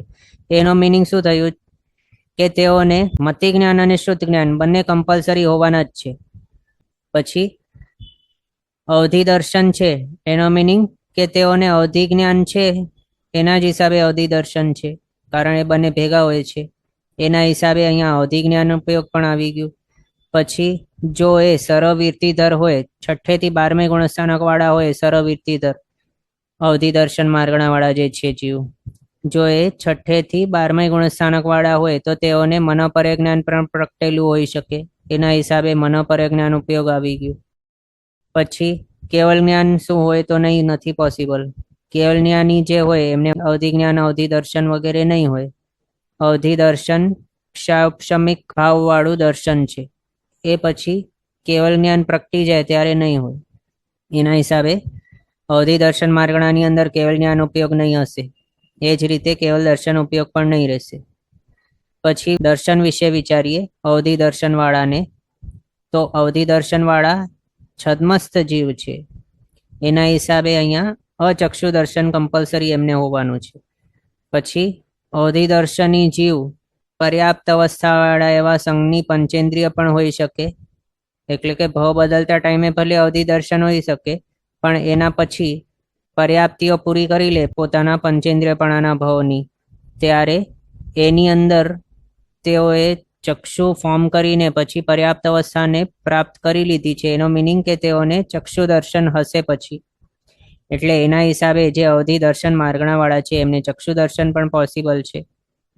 આ છદ્મસ્થિક છે એટલે છદ્મસ્થ જીવો હશે આની અંદર, અને છદ્મસ્થ જીવોને ચક્ષુ દર્શન હોઈ શકે છે એના હિસાબે. પણ નોન છદ્મસ્થ જીવોને ચક્ષુ દર્શન પછી નહીં હોય, એટલે કે કેવલી ભગવંતોને નહીં હોય. પણ આ કેવલી ભગવંત વાળું નથી માર્ગણા, એના હિસાબે એ જે છે પર્યાપ્ત અવસ્થાની અંદર એવા પંચેન્દ્રિય સંઘની જે જીવો છે એમને વિશે ચક્ષુ દર્શન ઉપયોગ અહીંયા આવી જાય છે પોસિબલ. પછી અવધિ દર્શન શું હોય? તો હા, પોતે અવધિ દર્શન માર્ગણા છે પોતાની, એટલે એને અવધિ દર્શન પણ હોવાનું કમ્પલસરી. આ રીતે આપણે જોયું કે 3 દર્શન ઉપયોગ અહીંયા હોઈ શકે છે. પછી કેવલ દર્શન વિશે વિચારીએ તો અહીંયા પોસિબલ નથી, કેવલ દર્શન ઉપયોગ નહીં હોય, કારણ શાયિક ભાવનું છે કેવલ દર્શન. ત્યાં આવા છાદ્મસ્તિક અવસ્થાવાળા અવધિ દર્શની જે જીવ છે એમને કેવલ દર્શન નહીં હોય, કેવલ જ્ઞાન નહીં હોય, કેવલ દર્શન પણ નહીં. એના હિસાબે 7 ઉપયોગ અહીંયા આપણે જાણ્યા. પછી ઉપશમ સમકિત, એના વિશે વિચારીએ એ માર્ગણાનું, તો કેવા હોય ઉપશમ સમકિતી જીવો? ગુણસ્થાનક એમને 4થો થી 11મો પોસિબલ છે, એનાથી નીચેવાળા નહીં હોય. એના હિસાબે અજ્ઞાન કોઈ પણ નહીં હશે અહીંયા ઉપયોગો. 3 અજ્ઞાન ઉપયોગ નીકળી ગયા. પછી વિચારીએ જ્ઞાન ઉપયોગ વિશે, તો આ સમકિતી જીવ છે, અને સમકિતી એવા છદ્મસ્થ જીવોને હોય ઉપશમ સમકિત, પણ કેવલી ભગવાનને ઉપશમ સમકિત નહીં હોય. એટલે જે છાદ્મસ્થિકપણાની અવસ્થાવાળા સમકિતી જીવોને જે જ્ઞાન હોઈ શકે તે અહીંયા આમને હોઈ શકે, પણ કેવલી ભગવંતોને જે હોય જ્ઞાન એ અહીંયા નહીં હશે. તો નોન કેવલી ભગવંત એટલે છાદ્મસ્થિક સમકિતી જીવોને કયા જ્ઞાન હોઈ શકે? તો મતિ જ્ઞાન ને શુદ્ધ જ્ઞાન કમ્પલસરી તેમને હોય જ, એટલે એ અહીંયા પોસિબલ થઈ ગયા, બંને હશે એમને કમ્પલસરી, મતિ જ્ઞાન શુદ્ધ જ્ઞાન. પછી વિચારીએ તો અવધિ જ્ઞાન એ શું હોઈ શકે? તો હા, અવધિ જ્ઞાન પણ પોસિબલ છે. અવધિ જ્ઞાન ક્યાંથી ક્યાં હોય? 4 થી 12, અને આમનું કેટલું છે? 4 થી 11, ત્યાં વચમાં જ આવી જાય છે. એટલે કે જે અવધિ જ્ઞાનનું પોસિબિલિટી છે એના રેન્જની અંદર જ છે આ ઉપશમ સમકીતિ જીવો. એના હિસાબે અવધિ જ્ઞાન ઉપયોગ અહીંયા પોસિબલ. પછી મનોપરે જ્ઞાન શું હોઈ શકે? તો હા, ઉપશમ સમકીતિ જીવોની અંદર અવિરત સમકીતિ આવી ગયા, દેશવૃત્તિ વાળા, સરવૃત્તિ વાળા પણ આવી ગયા, અને સરવૃત્તિ આવ્યા એના હિસાબે મનોપરે જ્ઞાન પણ આવી ગયું, અને મનોપરે જ્ઞાન ઉપયોગ અહીંયા પોસિબલ થઈ ગયું. પછી કેવલ જ્ઞાન વિશે વિચારીએ તો અહીંયા નથી પોસિબલ. ઉપશમ સમકીતિ જીવો એ કેવલ જ્ઞાની નહીં કહેવાય. આ છે છાદમસ્તિક જીવ, હજી ઉપશમ સમકિત છે. એટલે કે દર્શન સપ્તકનો ક્ષય હજી કરેલું નથી, અને એના ક્ષય વગર ક્ષપક શ્રેણી માંડી જ નહીં શકાય. ક્ષપક શ્રેણી માંડે નહીં તો કેવલ જ્ઞાન પ્રગટે નહીં. તો એના હિસાબે આ ઉપશમ સમકિતિ જીવોને વિશે કેવલ જ્ઞાન પ્રગટેલું હોય એવું ક્યારે પોસિબલ નથી. ઉપશમ સમકિત હોતે છતે કેવલ જ્ઞાન નહીં હોય, એના હિસાબે કેવલ જ્ઞાન ઉપયોગ નથી. આ રીતે આપણે 5 જ્ઞાન વિશે વિચારી લીધું. 4 જ્ઞાન ઉપયોગ પોસિબલ છે, કેવલ જ્ઞાન ઉપયોગ પોસિબલ નથી. પછી દર્શન ઉપયોગ, એના વિશે વિચારીએ. ઉપશમ સમકિતિ કેવા છે? છાદમસ્તિક જીવ છે, એટલે છદ્મસ્ત અવસ્થાવાળા છે. એના હિસાબે કમ્પલસરી તેઓને અચક્ષુ દર્શન હોવાનું, એટલે અચક્ષુ દર્શન ઉપયોગ આવી ગયું. પછી ચક્ષુ દર્શન ઉપયોગ વિશે વિચારીએ તો ઉપશમ સમકિત કોને હોઈ શકે? તો પંચેન્દ્રિય સંજ્ઞી હોવા જોઈએ, એમને જ હોય સંજ્ઞી પંચેન્દ્રિય જીવોને ઉપશમ સમકિત. પણ જે નોન પંચેન્દ્રિય છે, એટલે કે એકેન્દ્રથી ચૌરેન્દ્રિય, એમને નહીં હોય ઉપશમ સમકિત. અસંજ્ઞી જીવોને પણ ઉપશમ સમકિત નહીં હોય. એટલે એના હિસાબે જે ચક્ષુવાળા, આંખોવાળા જે જીવો છે એમને જ ઉપશમ સમકિત હોઈ શકે છે, એ પણ પર્યાપ્ત અવસ્થાની અંદર. એના હિસાબે અહીંયા ચક્ષુ દર્શન ઉપયોગ પોસિબલ થઈ જાય છે આ માર્ગણાની અંદર. પછી અવધિ દર્શન. અવધિ દર્શન વિશે વિચારીએ તો જો એ અવધિ જ્ઞાની હોય તો એમને અવધિ દર્શન પણ હોય ભેગું. આ રીતે અવધિ દર્શન આવી ગયું. પછી કેવલ દર્શન છેલ્લું. કેવલ જ્ઞાન જે રીતે નહીં હોય આ માર્ગણાની અંદર, એ જ રીતે કેવલ દર્શન પણ નહીં હોય.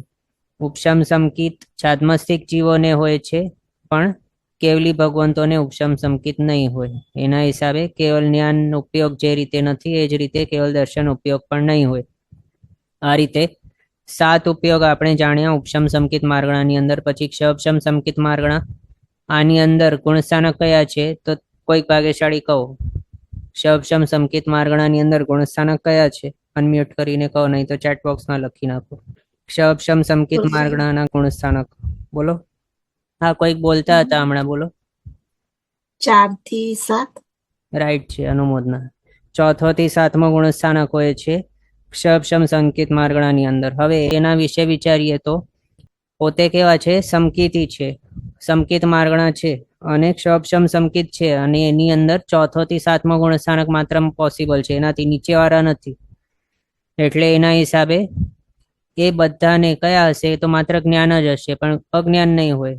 એ રીતે અહીંયા 3 અજ્ઞાન ઉપયોગ નહીં હશે. પછી વિચારીએ જ્ઞાનોપયોગ કયા પોસિબલ છે? તો એની અંદર આ ક્ષપશમ સમકિત કોને હોઈ શકે? તો માત્ર સમકિતિ છે, છાદમસ્તિક છે, એટલે કે છદ્મસ્ત અવસ્થાવાળા એવા સમકિતિ છે. તો એવા જીવને વિશે ફર્સ્ટ રૂલ કયું આવી ગયું? છદ્મસ્તપણાવાળા છે અને સમકિતિ છે. એના હિસાબે મતિ જ્ઞાન હશે કમ્પલસરી, શુદ્ધ જ્ઞાન પણ હશે જ કમ્પલસરી. એના હિસાબે મતિ જ્ઞાન ઉપયોગ, શુદ્ધ જ્ઞાન ઉપયોગ આવી ગયું. પછી જો તેઓને અવધિ જ્ઞાન પ્રગટેલું હોય તો અવધિ જ્ઞાન ઉપયોગ આવી જાય. પછી આની અંદર 6ઠો 7મો ગુણસ્થાનક પણ આવી જાય છે ક્ષપશમ સમકિત માર્ગણાની અંદર, અને ત્યાં સરવૃત્તિ અવસ્થા હોય છે, એની અંદર મનોપરે જ્ઞાન પ્રગટેલું હોઈ શકે. એના હિસાબે અહીંયા મનોપરે જ્ઞાન ઉપયોગ પણ આવી ગયું. પછી કેવલ જ્ઞાન વિશે વિચારીએ તો આની અંદર 4 થી 7મો માત્ર છે ગુણસ્થાનક, પણ કેવલ જ્ઞાન ક્યાં છે? તો 13મે 14મે, અને ત્યાં પણ ક્ષાયિક ભાવવાળા જ્ઞાન હોય છે. પણ આ કેવો છે? ક્ષપશમ સમકિત, ત્યાં કંઈક ક્ષાયિક ભાવવાળા પ્રગટેલું નથી કોઈ. એટલે અહીંયા કેવું છે? તેઓને ક્ષયોપશમિક ભાવવાળા જ જ્ઞાન પોસિબલ છે, પણ ક્ષાયિક ભાવવાળા જ્ઞાન નહીં હશે. એટલે કેવલ જ્ઞાન અહીંયા પ્રગટેલું નહીં હશે. કેવલ જ્ઞાન પ્રગટાવવા માટે તેઓને ક્ષપશમ સમકિતિ હોતે છતે પહેલા તો અનંતાનુબંધીનો ક્ષય કરવું પડશે, મિથ્યાત્વમોનિયનો ક્ષય કરવું પડશે, એના બાદ મિશ્ર મૌન્ય ક્ષય કરશે, પછી સમકિત મૌન્ય ક્ષય કરશે, ત્યારે કહેવાય કે દર્શન સપ્તક સંપૂર્ણ ક્ષય થઈ ગયું, ક્ષાયિક સમકીતિ બની ગયા. હવે ક્ષાયિક સમકીતિ બન્યા બાદ તેઓ શપક શ્રેણી માંડશે અને પછી કેવલ જ્ઞાન પ્રગટાવશે. ત્યારે પછી કેવલ જ્ઞાન તેઓને અહીંયા હશે, કેવલ જ્ઞાન ઉપયોગ. પણ ત્યાં તો તેઓ કઈ માર્ગણા વાળા હશે? તો ક્ષાયિક સમકિત માર્ગણા વાળા. એટલે ક્ષાયિક સમકિત માર્ગણાની અંદર માત્ર હોય છે કેવલ જ્ઞાન. સમકિત માર્ગણાને વિશે આપણે વિચારીએ, જે સંયુક્ત માર્ગણા છે 6, એની અંદર માત્ર એક ક્ષાયિક સમકિત માર્ગણા છે, એની અંદર જ કેવલ જ્ઞાન ઉપયોગ હોઈ શકે ને કેવલ દર્શન ઉપયોગ હોઈ શકે. પણ બાકીના જે પણ છે સંયુક્ત માર્ગણા વાળા, ભલે તે ઉપશમ સમકિત હોય, ક્ષવક્ષમ સમકિત હોય, કે પછી મિશ્ર દૃષ્ટિ હોય કે મિથ્યાત્વ હોય, એ બધાની અંદર કઈ કેવલ જ્ઞાન કેવલ દર્શન ઉપયોગ નહીં હોય. તો એ રીતે આ ક્ષવક્ષમ સમકિત માર્ગણાની અંદર આપણે જોયું કે કેવલ જ્ઞાન પ્રગટેલું નહીં હોય એટલે કેવલ જ્ઞાન ઉપયોગ નહીં હશે. એ રીતે 5 જ્ઞાન વિશે વિચારી લીધું. 4 જ્ઞાન ઉપયોગ પોસિબલ છે કેવલ જ્ઞાન ઉપયોગ છોડીને. પછી દર્શન વિશે વિચારીએ તો ક્ષવક્ષમ સમકિતિ જીવો કેવા છે? સમકિતિ છે, છદ્મસ્થ છે. છદ્મસ્થ છે એના હિસાબે અચક્ષુ દર્શન ઉપયોગ આવી ગયું, એટલે કે અચક્ષુ દર્શન આવી ગયું, કમ્પલસરી હોય બધા છદ્મસ્થ જીવોને. અચક્ષુ દર્શન છે એટલે અચક્ષુ દર્શન ઉપયોગ આવી ગયું. હવે એના બાદ ચક્ષુ દર્શન, એના વિશે વિચારીએ તો જે સંજ્ઞી એવા પંચેન્દ્રિય પર્યાપ્તા જીવો છે એમને ક્ષવક્ષમ સમકિત હોઈ શકે છે? તો હા, હોય છે, પોસિબલ છે. એના હિસાબે અહીંયા પોસિબલ છે એટલે જ્યારે તેઓ ભાવ બદલતા હોય ત્યારે તેઓ પર્યાપ્ત અવસ્થાવાળા નહીં કહેવાય, પણ બાકી એના સિવાય તો પર્યાપ્ત અવસ્થાની અંદર જ હોય છે. અને ક્ષવક્ષમ સમકિત માત્ર પંચેન્દ્રિય જીવોને હોઈ શકે. એકેન્દ્રિયથી ચૌરેન્દ્રિય કે પછી પંચેન્દ્રિય અસંજ્ઞી પંચેન્દ્રિય એવા જીવોને ક્ષવક્ષમ સમકિત નહીં હોય, એ આપણે જાણીએ છીએ. પણ માત્ર કયા જીવોને? તો માત્ર સંજ્ઞી પંચેન્દ્રિય જીવોને. એમાં વિગ્રહ ગતિની અવસ્થા છોડી દઈએ તો એના સિવાય માત્ર પર્યાપ્ત અવસ્થાની અંદર હોઈ શકે છે આ ક્ષવક્ષમ સમકિત. અને એ પર્યાપ્ત એવા પંચેન્દ્રિય સંજ્ઞી જે જીવો છે એમને વિશે ચક્ષુ હોય એટલે ચક્ષુ દર્શન પણ હોય, એના હિસાબે ચક્ષુ દર્શન ઉપયોગ આવી ગયો અહીંયા. પછી અવધિ દર્શન વિશે વિચારીએ તો અવધિ દર્શન પણ અહીંયા પોસિબલ હોઈ શકે છે, કારણ ક્ષવક્ષમ સમકિતિ જીવને જો અવધિ જ્ઞાન પ્રગટેલું હોય તો અવધિ દર્શન પણ હોય એની સાથે. અને અવધિ જ્ઞાન ક્યાંથી ક્યાં હોય? તો 4 થી 12 હોય, અને આ 4 થી 7 વાળા છે. એટલે જ્યાં અવધિ જ્ઞાન પોસિબલ છે એવા બધા ગુણસ્થાનક આની અંદર આવે છે. એના હિસાબે ક્ષવક્ષમ સમકિતિ જીવને અવધિ જ્ઞાન પ્રગટેલું હોઈ શકે, એના હિસાબે અવધિ દર્શન પણ હોય એને, જ્યારે અવધિ જ્ઞાન પ્રગટેલું હોય ત્યારે. આ રીતે 3 દર્શન ઉપયોગ જોયા. પછી કેવલ દર્શન ઉપયોગ એ શું હોય? તો નહીં, કારણ આ છદ્મસ્થ જીવ છે, કેવલ જ્ઞાન પ્રગટાવશે ત્યારે અહીંયા રહેશે કેવલ જ્ઞાન ઉપયોગ, અને એની સાથે કેવલ દર્શન ઉપયોગ આવશે. પણ એનાથી પહેલા ક્ષવક્ષમ સમકિતિ અવસ્થાની અંદર કેવલ જ્ઞાન ઉપયોગ કેવલ દર્શન ઉપયોગ નહીં હોય. એ રીતે આપણે જોયું માત્ર ક્ષવક્ષમ ભાવ એટલે કે ક્ષયોપશમિક ભાવવાળા જ્ઞાન ગુણ હશે અને દર્શન ગુણ હશે પ્રગટેલા. એના હિસાબે માત્ર 4 જ્ઞાન ઉપયોગ અને 3 દર્શન ઉપયોગ અહીંયા આ 11 માર્ગણાઓની અંદર પોસિબલ છે. પણ 3 અજ્ઞાન ઉપયોગ નહીં હશે, કેવલ જ્ઞાન ઉપયોગ કેવલ દર્શન ઉપયોગ, આટલા 5 જે છે એ નહીં હશે. શાના માટે નહીં હોય? 3 અજ્ઞાન શાના માટે નથી? કારણ આ બધા કેવા છે? સમકિત અવસ્થા વાળા છે, સમ્યક્ત્વી છે બધા. જ્ઞાન વિશે વિચારે બધા સમકિતિ, સંયમ વાળા વિચારીએ બધા સર્વવૃત્તિધર છે, સર્વવૃત્તિધર છે એટલે બધા સમકિતિ છે. અવધિ દર્શનની પણ સમકિતિ છે, કર્મગ્રંથ કાશી ભગવાનના મત મુજબ 4 થી 12 સમકિતિ બધા. ઉપશમ સમકિતિ એ પણ સમકિતિ, ક્ષવક્ષમ વાળા સમકિતિ, એટલે આ બધા સમકિતિ છે, એટલે એમને 3 અજ્ઞાન ઉપયોગ હશે જ નહીં. પછી કેવલ જ્ઞાન કેવલ દર્શન ઉપયોગ કેમ નથી? શા માટે નથી? તો આ બધા છાદ્મસ્તિક છે, કેવલ જ્ઞાની નથી, એના હિસાબે કેવલ જ્ઞાન કેવલ દર્શન નથી. બસ 7 ઉપયોગ માત્ર પોસિબલ છે આ 11 માર્ગણાની અંદર. આ રીતે અહીંયા સુધી આપણે જોયું માર્ગણા સ્થાનક વિશે ઉપયોગ. આ દ્વાર અહીંયા આપણો કમ્પ્લીટ થયો છે ગાથા મુજબ. આની અંદર કોઈને કાંઈ ડાઉટ, ક્વેશ્ચન? આખા બધાની અંદર માર્ગણા સ્થાનક વિશે ઉપયોગ. ઓકે, અહીંયા સુધી આપણે જોયું. હવે છે ને આ રીતે આપણે જોઈએ આ ઓર્ડરમાં. આ ટેબલની અંદર હતું ગાથા મુજબ ઓર્ડર આખું. હવે આની અંદર આપણે કઈ ઇન્દ્રિય કહે જો એ કસાય એ રીતેના ઓર્ડર મુજબ અહીંયા લખીને બતાવ્યું છે. આની અંદર વિચારણા કરીએ એની સાથે આપણું રિવિઝન પણ થઈ જશે. તો સૌથી પહેલા ગતિ માર્ગણાની અંદર દેવગતિ, એની અંદર 9 ઉપયોગ માત્ર પોસિબલ છે. કયા નથી? તો 2 જ્ઞાન ઉપયોગ નથી અને 1 દર્શન ઉપયોગ નથી. જ્ઞાન ઉપયોગ કયા નથી? તો મન પરે જ્ઞાન ઉપયોગ અને કેવલ જ્ઞાન, એ બેના ઉપયોગ નથી અને કેવલ દર્શન ઉપયોગ નથી. મન પરે જ્ઞાન કેમ નહીં હોય? સર્વવૃત્તિ અહીંયા પોસિબલ નથી એટલે મન પરે જ્ઞાન નથી. કેવલ જ્ઞાન કેવલ દર્શન નથી કારણ દેવગતિ વાળા છે એમને કેવલ જ્ઞાન પ્રગટે નહીં. કેવલ જ્ઞાન વગર એ બે નહીં હોય, કેવલ જ્ઞાન કેવલ દર્શન. એના હિસાબે માત્ર 9 ઉપયોગ અહીંયા પોસિબલ છે.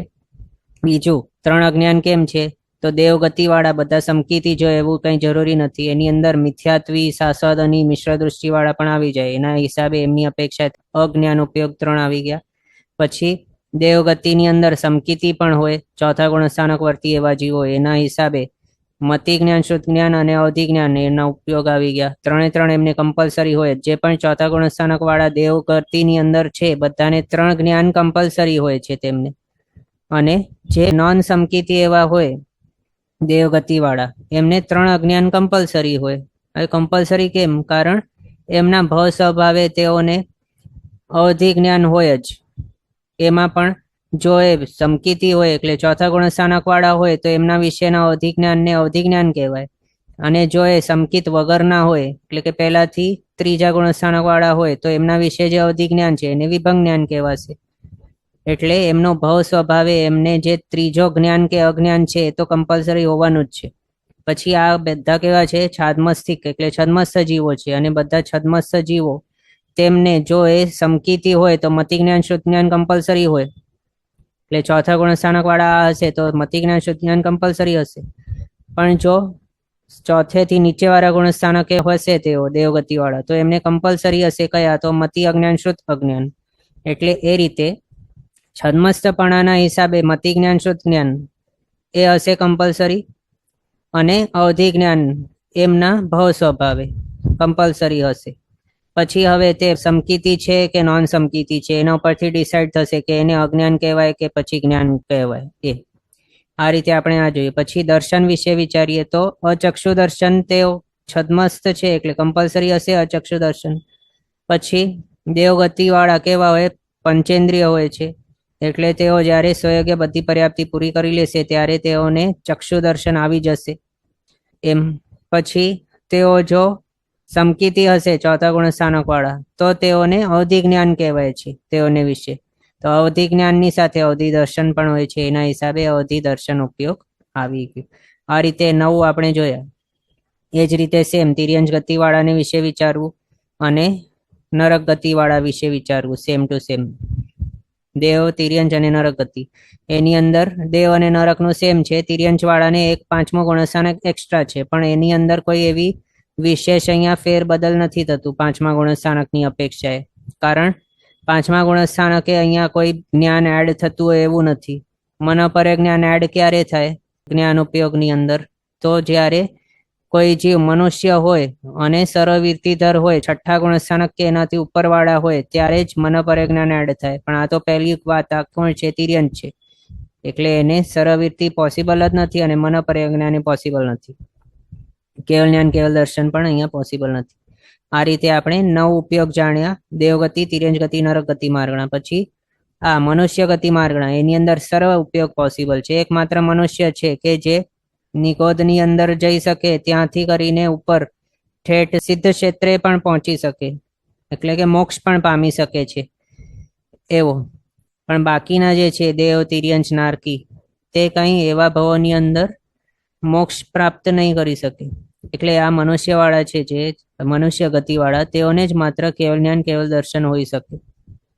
બાકી મન પરે જ્ઞાન છે તે પણ માત્ર મનુષ્ય ગતિની અંદર જ હોઈ શકે. હમણાં આપણે જે રીતે વાત કરી એના હિસાબે, વિચારણા કરી એના હિસાબે સર્વવૃત્તિ માત્ર મનુષ્યને હોય અને સર્વવૃત્તિ વગર મન પરે જ્ઞાન પોસિબલ નથી. એના હિસાબે મન પરે જ્ઞાન માત્ર મનુષ્ય ગતિ વાળાને અને કેવલ જ્ઞાન, કેવલ દર્શન પણ માત્ર એને. બાકીના જે છે બધા 3 અજ્ઞાન, બાકીના 3 જ્ઞાન ઉપયોગ ને બાકીના 3 દર્શન ઉપયોગ એ અહીંયા પોસિબલ થઈ જાય છે. આપણે એને સમજી શકીએ. પછી અહીંયા સુધી થયું છે આપણી ગતિ માર્ગણા. પછી ઇન્દ્રિય માર્ગણા અહીંયા સ્ટાર્ટ થાય છે એકેન્દ્રિયથી. એકેન્દ્રિય છે તે કેવા છે? એની અંદર ગુણસ્થાનક કયા હોઈ શકે? તો પહેલો બીજો, એનાથી ઉપરના કોઈ નહીં.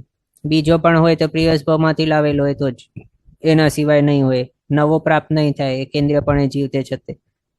તો જો બીજો પણ હોય ગુણસ્થાનક તો પણ ત્યાં એને વિશે જ્ઞાન થોડી કહેવાય, અજ્ઞાન જ કહેવાય છે કર્મગ્રંથ કાશી ભગના મત મુજબ. એટલે એના હિસાબે અહીંયા એકેન્દ્રિય માર્ગણાની અંદર કોઈ પણ જ્ઞાન ઉપયોગ નહીં હશે. પછી વિચારીએ આ એકેન્દ્રિય કેવા છે? નોન સમકીતી છે. નોન સમકીતી એવા કોઈ પણ જીવ હોય એને કમ્પલસરી બે આપણે જાણ્યા હતા જ્ઞાન ઉપયોગ, એટલે કે અજ્ઞાન ઉપયોગ. કયા હોય? નોન સમકીતી એવા છદ્મસ જીવને તો મતિ અજ્ઞાન ઉપયોગ અને શ્રુત અજ્ઞાન ઉપયોગ, આ બંને કમ્પલસરી તો હોવાના જ છે. નોન સમકીતી એવા છદ્મસ જીવને, એના હિસાબે આ બંને આવી ગયા. પછી વિચારીએ વિભંગ જ્ઞાન, તો અહીંયા શું હોય? તો નહીં. વિભંગ જ્ઞાન માત્ર સંજ્ઞી એવા જીવને હોઈ શકે, નોન સમકીતી એવા સંજ્ઞી પંચેન્દ્રિય એવા જીવને વિભંગ જ્ઞાન હોઈ શકે, પણ આ તો એકેન્દ્રિય છે, અસંજ્ઞી છે, એને નહીં હશે વિભંગ જ્ઞાન ઉપયોગ. પછી જ્ઞાન ઉપયોગ અહીંયા પોસિબલ નથી, આપણે પહેલા જોઈ લીધું. 5 જ્ઞાન ઉપયોગ નથી પોસિબલ. અજ્ઞાન ઉપયોગમાંથી આ માત્ર 2 પોસિબલ છે. દર્શન ઉપયોગમાંથી વિચારીએ તો આ છદ્મસ્થ છે એકેન્દ્રિય જીવ, એના હિસાબે અચક્ષુ દર્શન ઉપયોગ કમ્પલસરી એને હશે. પછી ચક્ષુ દર્શન વિશે વિચારીએ તો આ એકેન્દ્રિય છે, ચક્ષુરેન્દ્રિય એની સ્વયોગ્ય છે જ નહીં, એટલે ચક્ષુ દર્શન પણ એને આ ભાવની અંદર નહીં આવશે, એટલે ચક્ષુ દર્શન ઉપયોગ નથી. અવધિ દર્શન ઉપયોગ વિશે વિચારીએ તો એ માત્ર અવધિ જ્ઞાની જીવોને હોઈ શકે એવા સંજ્ઞી ભવોની અંદર, પણ આ તો એકેન્દ્રિય છે, એટલે કે અસંજ્ઞી છે અને સાથે સમકિત વગરના છે, તો એમને અવધિ જ્ઞાન કઈ રીતે હોઈ શકે? પોસિબલ જ નથી. અવધિ જ્ઞાન વગર અવધિ દર્શન પણ નહીં હોય, એટલે એ પણ અવધિ દર્શન ઉપયોગ પોસિબલ નથી. પછી નેક્સ્ટ છે કેવલ જ્ઞાનનો ઉપયોગ ને કેવલ દર્શન ઉપયોગ. એનામાંથી કેવલ દર્શન ઉપયોગ વિશે વિચારીએ તો કેવલ જ્ઞાન આવા ભાવની અંદર પોસિબલ નથી, એટલે કેવલ દર્શન પણ પોસિબલ નથી. આ રીતે માત્ર 3 ઉપયોગ અહીંયા પોસિબલ છે. એ જ રીતે સેમ બે ઇન્દ્રિય તે ઇન્દ્રિય વિશે પણ સેમ વિચારણા કરવી. પછી ચૌરેન્દ્રિય, એની અંદર આના સાથે ચક્ષુ દર્શન ઉપયોગ એડ થઈ જાય, કારણ ચૌરેન્દ્રિય જીવ જે હોય પર્યાપ્તિઓ પૂરી કરી લે ત્યારે ચોથી ઇન્દ્રિય તેઓની કઈ છે? ચક્ષુરેન્દ્રિય. તો એ ચક્ષુરેન્દ્રિય ફોર્મ થઈ ગયા બાદ પોતાની સહયોગે બધી પર્યાપ્તિઓ તેઓ પૂરી કરી લે ત્યારે પછી શું કહેવાય કે તેઓને ચક્ષુ દર્શન આવી ગયું, એટલે ચક્ષુ દર્શન ઉપયોગ પછી એમને આવી જાય છે. એટલે એના હિસાબે આ 4 ઉપયોગ અહીંયા પોસિબલ છે. બાકી આ મતિ અજ્ઞાન વગેરે જે છે બધાનું જે વિચારણા અહીંયા આપણે એકેન્દ્રિય વિશે કરીએ એ જ રીતે સેમ વિચારણા આના માટે લાગુ પડે છે. માત્ર ચક્ષુ દર્શન વિશે અલગથી આપણે વિચારણા કરી, હમણાં તે એડ કરી લેવાનું. પછી પંચેન્દ્રિય માર્ગણા, એની અંદર બધા જ ઉપયોગ છે પોસિબલ. પંચેન્દ્રિયની અંદર 4 ગતિવાળા જીવો આવી જાય. દેવ ગતિવાળા બધા પંચેન્દ્રિય છે, મનુષ્યવાળા બધા પંચેન્દ્રિય છે, તિર્યંચ ગતિવાળા એની અંદર એકેન્દ્રિય, બેન્દ્રેન્દ્રિય, ચૌરેન્દ્રિય ને પંચેન્દ્રિય પણ આવી જાય છે. એટલે પંચેન્દ્રિય જીવો તિર્યંચ વાળા પણ અહીંયા આવી જાય પંચેન્દ્રિયની અંદર.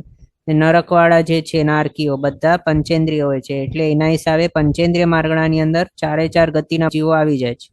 તિર્યંચ ગતિવાળા બધા આવે એમ નહીં કહેવાય, પણ 4 ગતિવાળા જીવો આવી જાય છે પંચેન્દ્રિય માર્ગણાની અંદર.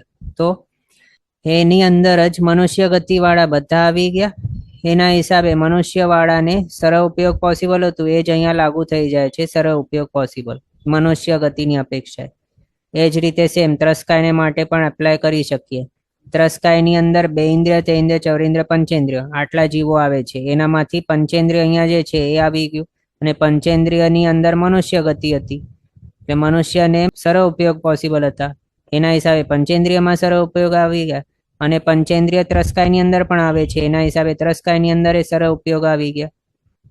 એ થઈ ગયું. પછી 5 સ્થાવરકાય, એ બધા કોણ છે? તો એકેન્દ્રિય છે. તો એકેન્દ્ર માર્ગણાની અંદર જેવી વિચારણા કરી એ સેમ અહીંયા લાગુ કરી રહેવાની.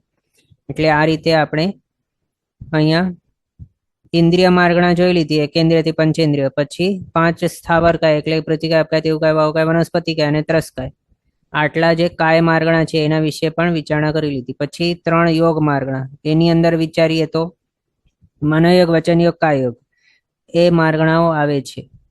એની અંદર ઉપયોગ કયા છે? તો બધા ઉપયોગ બતાવ્યા છે. એ કઈ રીતે? તો આ કર્મગ્રંથકાર શ્રી ભગવંતે જે એટલે કે ગ્રંથ રચનાકાર જે ભગવાન છે તેઓએ અહીંયા કઈ રીતે યોગ ગણ્યા છે? તો જે પણ જીવ છે જો એને મનોયોગ હોય તો એને વચન યોગ પણ હોય અને કાય યોગ પણ હોય એવું.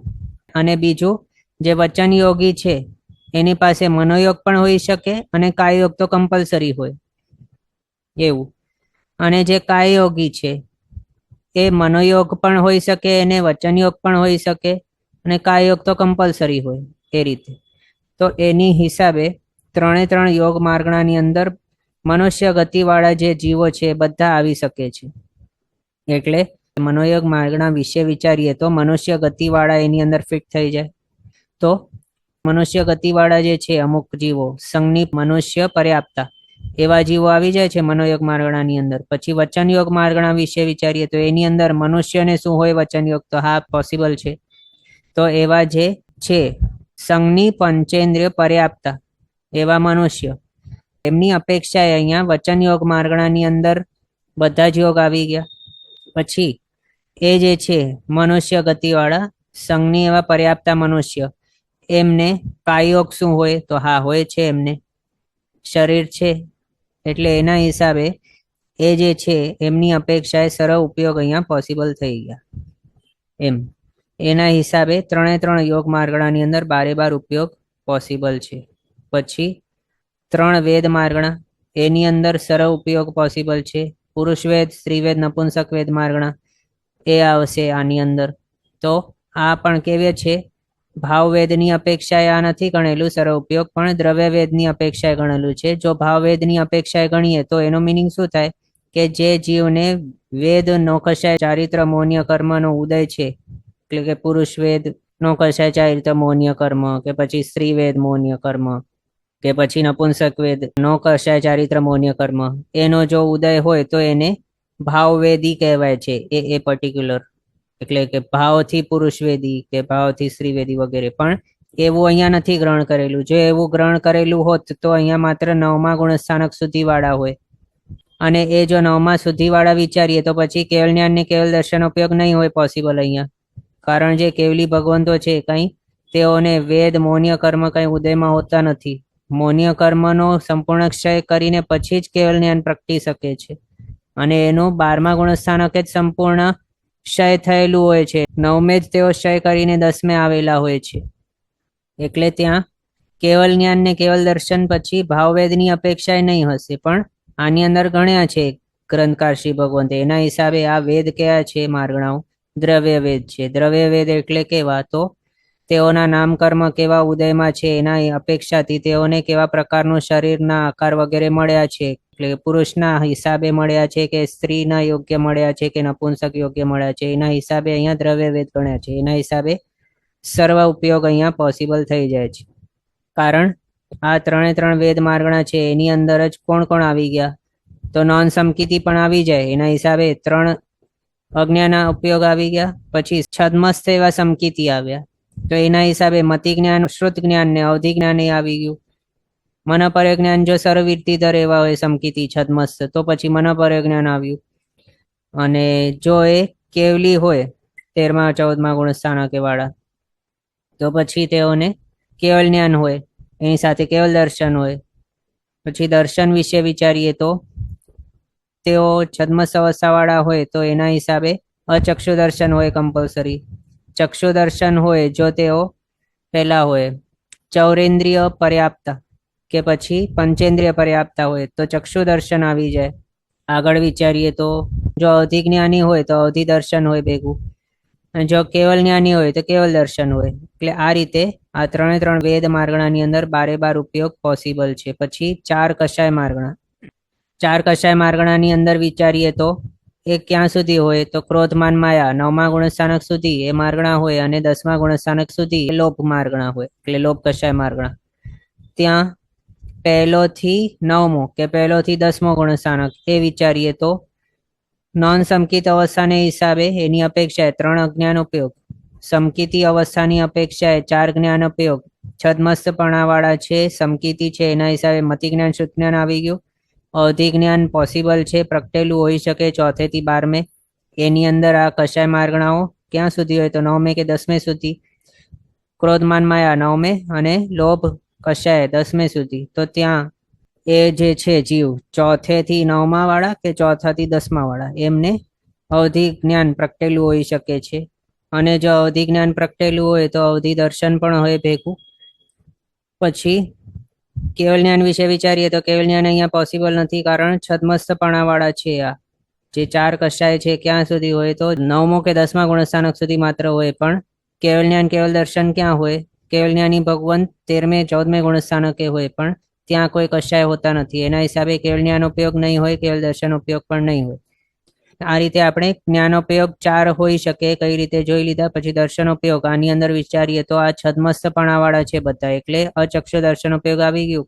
આની અંદર પંચેન્દ્રિય જીવો પણ હોય પર્યાપ્ત અવસ્થા વાળા, અને ચૌદ્રેન્દ્રિય પણ હોય પર્યાપ્તા. એના હિસાબે ચક્ષુ દર્શન ઉપયોગ આવી ગયું. પછી અવધિ જ્ઞાની જીવો પણ હોય આ કષાય માર્ગણાની અંદર 4થા થી 9મા કે 10મા ગુણસ્થાનક વર્તી એવા. તો ત્યાં અવધિ જ્ઞાન પ્રગટેલું હોઈ શકે તેઓને, એના હિસાબે એની સાથે અવધિ દર્શન પણ હોય. એ રીતે 10 ઉપયોગ અહીંયા પોસિબલ થઈ ગયા છે. કેવલ જ્ઞાન કેવલ દર્શન ઉપયોગ પોસિબલ નથી. શા માટે આપણે જોયું. પછી 4 જ્ઞાન માર્ગણાઓ, એની અંદર 7 ઉપયોગ પોસિબલ છે.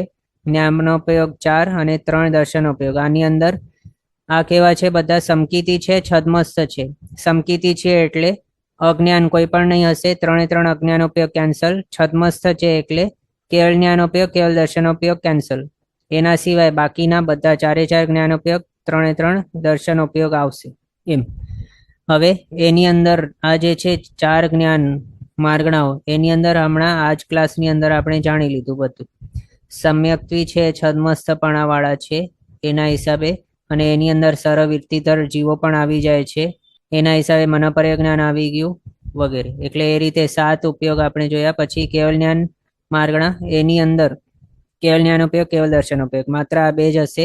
આની અંદર છદ્મસ્તપણું નથી, એટલે ક્ષમિક ભાવ વાળા એવા કોઈ પણ જ્ઞાન ઉપયોગ કે દર્શન ઉપયોગ નહીં હશે. પછી મતિ અજ્ઞાન, શ્રુત અજ્ઞાન અને વિભંગ જ્ઞાન, આ 3 અજ્ઞાન માર્ગણા છે. એની અંદર 3 અજ્ઞાન ઉપયોગ હશે. એ શાના માટે? કારણ અજ્ઞાની છે, એટલે સમકિત રહિત જીવોને વિશે જે જ્ઞાન હોય તેને અજ્ઞાન કહ્યું છે. એના હિસાબે અહીંયા આ પોતાની જે છે મતિ ને શ્રુત અજ્ઞાન ને વિભંગ જ્ઞાન, આ 3 માર્ગણાની અંદર 3 અજ્ઞાન ઉપયોગ આવી ગયું. પણ જ્ઞાન ઉપયોગ 5 માંથી કોઈ પણ નહીં આવશે, સમકિત રહિત છે જીવો એના હિસાબે. પછી છદ્મસ્ત જીવોને આ હોય છે, અથવા તો જે પણ જીવો આ માર્ગણા વાળા છે એ છદ્મસ્ત જ હોય. એના હિસાબે છદ્મસ્ત બધા જીવોને જે હોય એવું આ અચક્ષુ દર્શન ઉપયોગ અહીંયા હશે કમ્પલસરી. પછી જો એ જીવો ચૌરેન્દ્રિય કે પંચેન્દ્રિય હોય, મતિ કે શ્રુત અજ્ઞાન વાળા, કે પછી પંચેન્દ્રિય એવા વિભંગ જ્ઞાન વાળા, તો તેઓને પર્યાપ્ત અવસ્થાની અંદર ચક્ષુ દર્શન ઉપયોગ હશે. આ રીતે 5 ઉપયોગ આપણે અહીંયા જોયા. પછી આ સામાયિક આદિ 4 સંયમ માર્ગણાઓ, સામાયિક ચારિત્ર છે, તપસ્સાપનીય પરિવાર વિશુદ્ધિ અને સૂક્ષ્મ સંપ્રાય, આ 4 જે સંયમ માર્ગણા છે બધા કેવા છે? સરવિરતિધર છે, સમકીતિ છે. સમકીતિ છે એટલે અજ્ઞાન ઉપયોગ એક પણ નહીં હશે, 3 કેન્સલ. આ છાદ્મસ્થિક છે એટલે છદ્મસ્થ અવસ્થા વાળા સમકીતિ એવા સરવિરતિધર છે. એના હિસાબે તેઓને છદ્મસ્થ એવા સમકીતિની જે હોય કમ્પલસરી એવા મતિ જ્ઞાન શ્રુત જ્ઞાન ઉપયોગ કમ્પલસરી હશે. પછી સરવિરતિધર છે એટલે મનોપર્ય જ્ઞાન પ્રગટેલું પોસિબલ છે. સમકીતિ છે, છદ્મસ્થ છે એટલે સંજ્ઞી જીવોને એવા અવધિ જ્ઞાન એ પ્રગટેલું હોઈ શકે, એની સાથે અવધિ દર્શન પણ હોય. આ રીતે આપણે જોયું. અને આ છદ્મસ્થપણા વાળા છે માત્ર, એને ક્ષાયિક ભાવ વાળા એવા કેવલ જ્ઞાન કેવલ દર્શન નહીં હોય. એના હિસાબે એ માઇનસ થઈ ગયા અહીંયા. એટલે 4 દર્શનમાંથી માત્ર 3 દર્શન ઉપયોગ પોસિબલ, અને 5 જ્ઞાનમાંથી માત્ર 4 જ્ઞાન ઉપયોગ પોસિબલ છે. 3 અજ્ઞાન ઉપયોગ, કેવલ જ્ઞાન ઉપયોગ, કેવલ દર્શન ઉપયોગ, આટલા માઇનસ કરીને બાકીના 7 પોસિબલ. પછી યથાખ્યાત ચારિત્ર માર્ગણા, એની અંદર આ કેવા છે જીવો? એમાં કેવલ જ્ઞાની પણ આવી જાય છે, છદ્મસ્થ પણ આવી જાય છે, પણ કેવા છે? કમ્પલસરી સમકીતિ છે અને સરવિરતિધર છે એવા હોય છે. તો આની અંદર છદ્મસ્થ અવસ્થા વાળા પણ આવી ગયા, કેવલી પણ આવી ગયા. કેવલીની અપેક્ષાએ કેવલ જ્ઞાન ઉપયોગ કેવલ દર્શન ઉપયોગ આવી ગયું. છદ્મસ્થની અપેક્ષાએ એમને મતિ જ્ઞાન શ્રુત જ્ઞાન અવધિ જ્ઞાન એ આવી ગયું. મનોપર્ય જ્ઞાન એમને સરવિરતિધર ને અપેક્ષાએ આવી ગયું. એટલે 4 જ્ઞાનોપયોગ આપણે જોઈ લીધા અને કેવલ જ્ઞાનોપયોગ, એટલે 5 જ્ઞાનોપયોગ આવી ગયા. દર્શનોપયોગ વિચારીએ તો છદ્મસ્થ બધા જીવોને જે હોય એવો અચક્ષુ દર્શન આવી ગયા. આ યથાખ્યાત ચારિત્ર માર્ગણાની અંદર ગુણસાણ કયા છે તો 11મો થી 14મો. 11મે 12મે હોય છદ્મસપણું, 13મે 14મે હોય કેવલીપણું. એમાં 11માં 12માની અપેક્ષા અચક્ષુ દર્શન ને ચક્ષુ દર્શન અને અવધિ દર્શન એ આવી ગયું. અવધિ દર્શન જો અવધિ જ્ઞાન હોય પ્રગટેલું તો અવધિ દર્શન ઉપયોગ, એટલે એ આવી ગયા. પછી 13મા 14માના અપેક્ષાએ કેવલ જ્ઞાન ઉપયોગ, કેવલ દર્શન ઉપયોગ એ આવી ગયા. આ રીતે 9 ઉપયોગ. પછી દેશવીરતી, એની અંદર દેશવીરતીધર છે એ કમ્પલસરી સમકીતી હોય છે. બીજું એ પણ આ કેવા છે છદ્મસ્થ જીવો છે. છદ્મસ્થ એવા સમકીતી જીવોને કમ્પલસરી શું હોય તો મતિ જ્ઞાન શુદ્ધ જ્ઞાન બંને કમ્પલસરી હોય છે. એના હિસાબે મતિ જ્ઞાન ઉપયોગ શુદ્ધ જ્ઞાન ઉપયોગ બંને આવી ગયા. પછી એમને અવધિ જ્ઞાન પણ પ્રગટેલું પોસિબલ છે, એના અપેક્ષા અવધિ જ્ઞાન ઉપયોગ આવ્યો અને એની સાથે જે હોય એવું અવધિ દર્શન ઉપયોગ આવી ગયું. પછી વિચારીએ કે આ કેવા છે છદ્મસ્થ જીવ છે, એની હિસાબે અહીંયા અચક્ષુ દર્શન આવી ગયું. દેશવીરતી કોને હોય તો માત્ર પંચેન્દ્રિય એવા સંઘની પર્યાપ્ત જીવોને હોય એના હિસાબે એમને ચક્ષુ હશે. ચક્ષુરિન્દ્રિય હોય એના હિસાબે અહીંયા ચક્ષુ દર્શન પણ આવી ગયું પર્યાપ્ત અવસ્થાની અપેક્ષાએ, એના હિસાબે ચક્ષુ દર્શન ઉપયોગ થઈ ગયું. અને દેશવીરતી જે છે માર્ગણા એની અંદર બધા જીવ કેવા હોય તો અપર્યાપ્ત કોઈ પણ નહીં હોય, પણ માત્ર પર્યાપ્ત એવા સંઘની પંચેન્દ્રિય જીવો જ હોય, ભલે તે મનુષ્ય ગતિવાળા હોય કે તિર્યંજ ગતિવાળા હોય, બધા એવા જ હોય. એના હિસાબે અહીંયા ચક્ષુ દર્શન આવી ગયું. પછી અવધિ દર્શન તો જોઈ લીધું. કેવલ દર્શન અહીંયા પોસિબલ નથી, કારણ આ 5મો ગુણસ્થાનક છે, ત્યાં કેવલ દર્શન હોતું નથી, કેવલ જ્ઞાન હોતું નથી, છદ્મસ્થ અવસ્થા છે માત્ર. એટલે આ રીતે કેવલ જ્ઞાન નથી, કેવલ દર્શન નથી, મનપર્ય જ્ઞાન નથી, કારણ અહીંયા સરવીરતી નથી. સરવીરતી વગર મનપર્ય જ્ઞાન નહીં હોય એને હિસાબે. આ રીતે 3 જ્ઞાન ઉપયોગ અને 3 દર્શન ઉપયોગ અહીંયા જોયા, ટોટલ 6 ઉપયોગ. પછી અવીરતી, આની અંદર નોન સમકીતી હોય અને સમકીતી પણ જીવો હોય. ચોથા ગુણસ્થાનક વાળાની અપેક્ષાએ સમકીતી જીવ અને 1લો થી 3જા ગુણસ્થાનક વાળાની અપેક્ષાએ નોન સમકીતી જીવ. તો એવા જીવ જે છે નોન સમકીતી એને હિસાબે એમની અપેક્ષાએ 3 અજ્ઞાન ઉપયોગ આવી ગયા. સમકીતી ચોથા ગુણસ્થાનક વાળાની અપેક્ષાએ 3 જ્ઞાન ઉપયોગ આવ્યા. છદ્મસ્થ એવા નોન સમકીતીને મતિ અજ્ઞાન શુદ્ધ અજ્ઞાન કમ્પલસરી હોય એના હિસાબે અહીંયા 2 આવી ગયા. અને સમકીતી એવા છદ્મસ્થને કમ્પલસરી મતિ જ્ઞાન શુદ્ધ જ્ઞાન હોય એના હિસાબે એ 2 અહીંયા આવી ગયા. પછી જો એને વિભંગ જ્ઞાન પ્રગટેલું હોય તો વિભંગ જ્ઞાન ઉપયોગ આવ્યું, અને અવધિ જ્ઞાન પ્રગટેલું હોય તો અવધિ જ્ઞાન આવ્યું એનો ઉપયોગ, અને સાથે અવધિ દર્શન ઉપયોગ આવી ગયું. છદ્મસ્થ હોય બધા અવીરતી વાળા છે, બધા છદ્મસ્થ છે એના હિસાબે અચક્ષુ દર્શન આવી ગયું. પછી આની અંદર જ બધા ચૌરેન્દ્રિય અવીરતી વાળા હોય. પંચેન્દ્રિય જે છે એની અંદર અવીરતી પણ આવે છે, દેશવીરતી પણ હોય, કેટલાક સરવીરતી વાળા પણ હોય, પણ અવીરતી વાળા પણ આવે છે પંચેન્દ્રિયની અંદર. એના હિસાબે એમની અપેક્ષા પર્યાપ્ત અવસ્થાની અંદર તેઓને ચક્ષુ દર્શન હોય એના હિસાબે ચક્ષુ દર્શન ઉપયોગ આવી ગયું. છદ્મસ્થ એવા જીવો અવીરતી વાળા જે છે એમના અપેક્ષાએ ચૌરેન્દ્ર પંચેન્દ્ર પર્યાપ્ત એમની અપેક્ષાએ ચક્ષુ દર્શન ઉપયોગ. પછી અવધિ દર્શન ઉપયોગ આપણે વિચારી લીધું, અવધિ જ્ઞાન હોય એની સાથે અવધિ દર્શન હોય. પછી કેવલ દર્શન એ વિચારીએ તો અવીરતી વાળા જે છે એને કેવલ જ્ઞાન પ્રગટેલું નહીં હોય, એના વગર કેવલ દર્શન પણ નહીં હોય. આ કેવા છે છદ્મસ્થ જીવો છે, ત્યાં ક્ષાયિક ભાવવાળા એવા જ્ઞાનને દર્શન ગુણ નહીં હોય. એના હિસાબે 9 ઉપયોગ અહીંયા આપણે જાણી. હવે આજનો સમય અહીંયા આપણો થયો છે. આગળના પદાર્થ આપણે નેક્સ્ટ ક્લાસમાં કન્ટિન્યુ કરશું અવસરે. જીનાજ્ઞા વિરુદ્ધ કંઈ પણ બોલાય તો મિચ્છામિ દુક્કડમ. સર્વમંગલ માંગલ્યમ સર્વકલ્યાણકારણમ પ્રધાનમ સર્વધર્માણામ જૈનમ જયતિ શાસનમ. પ્રણામ. બધા શાતામાં રહેજો, જીનાજ્ઞાપૂર્વકનું જીવન જીવજો, સર્વવીરતી તરફ આગળ વધજો અને મનુષ્ય ભાવ સફળ કરજો.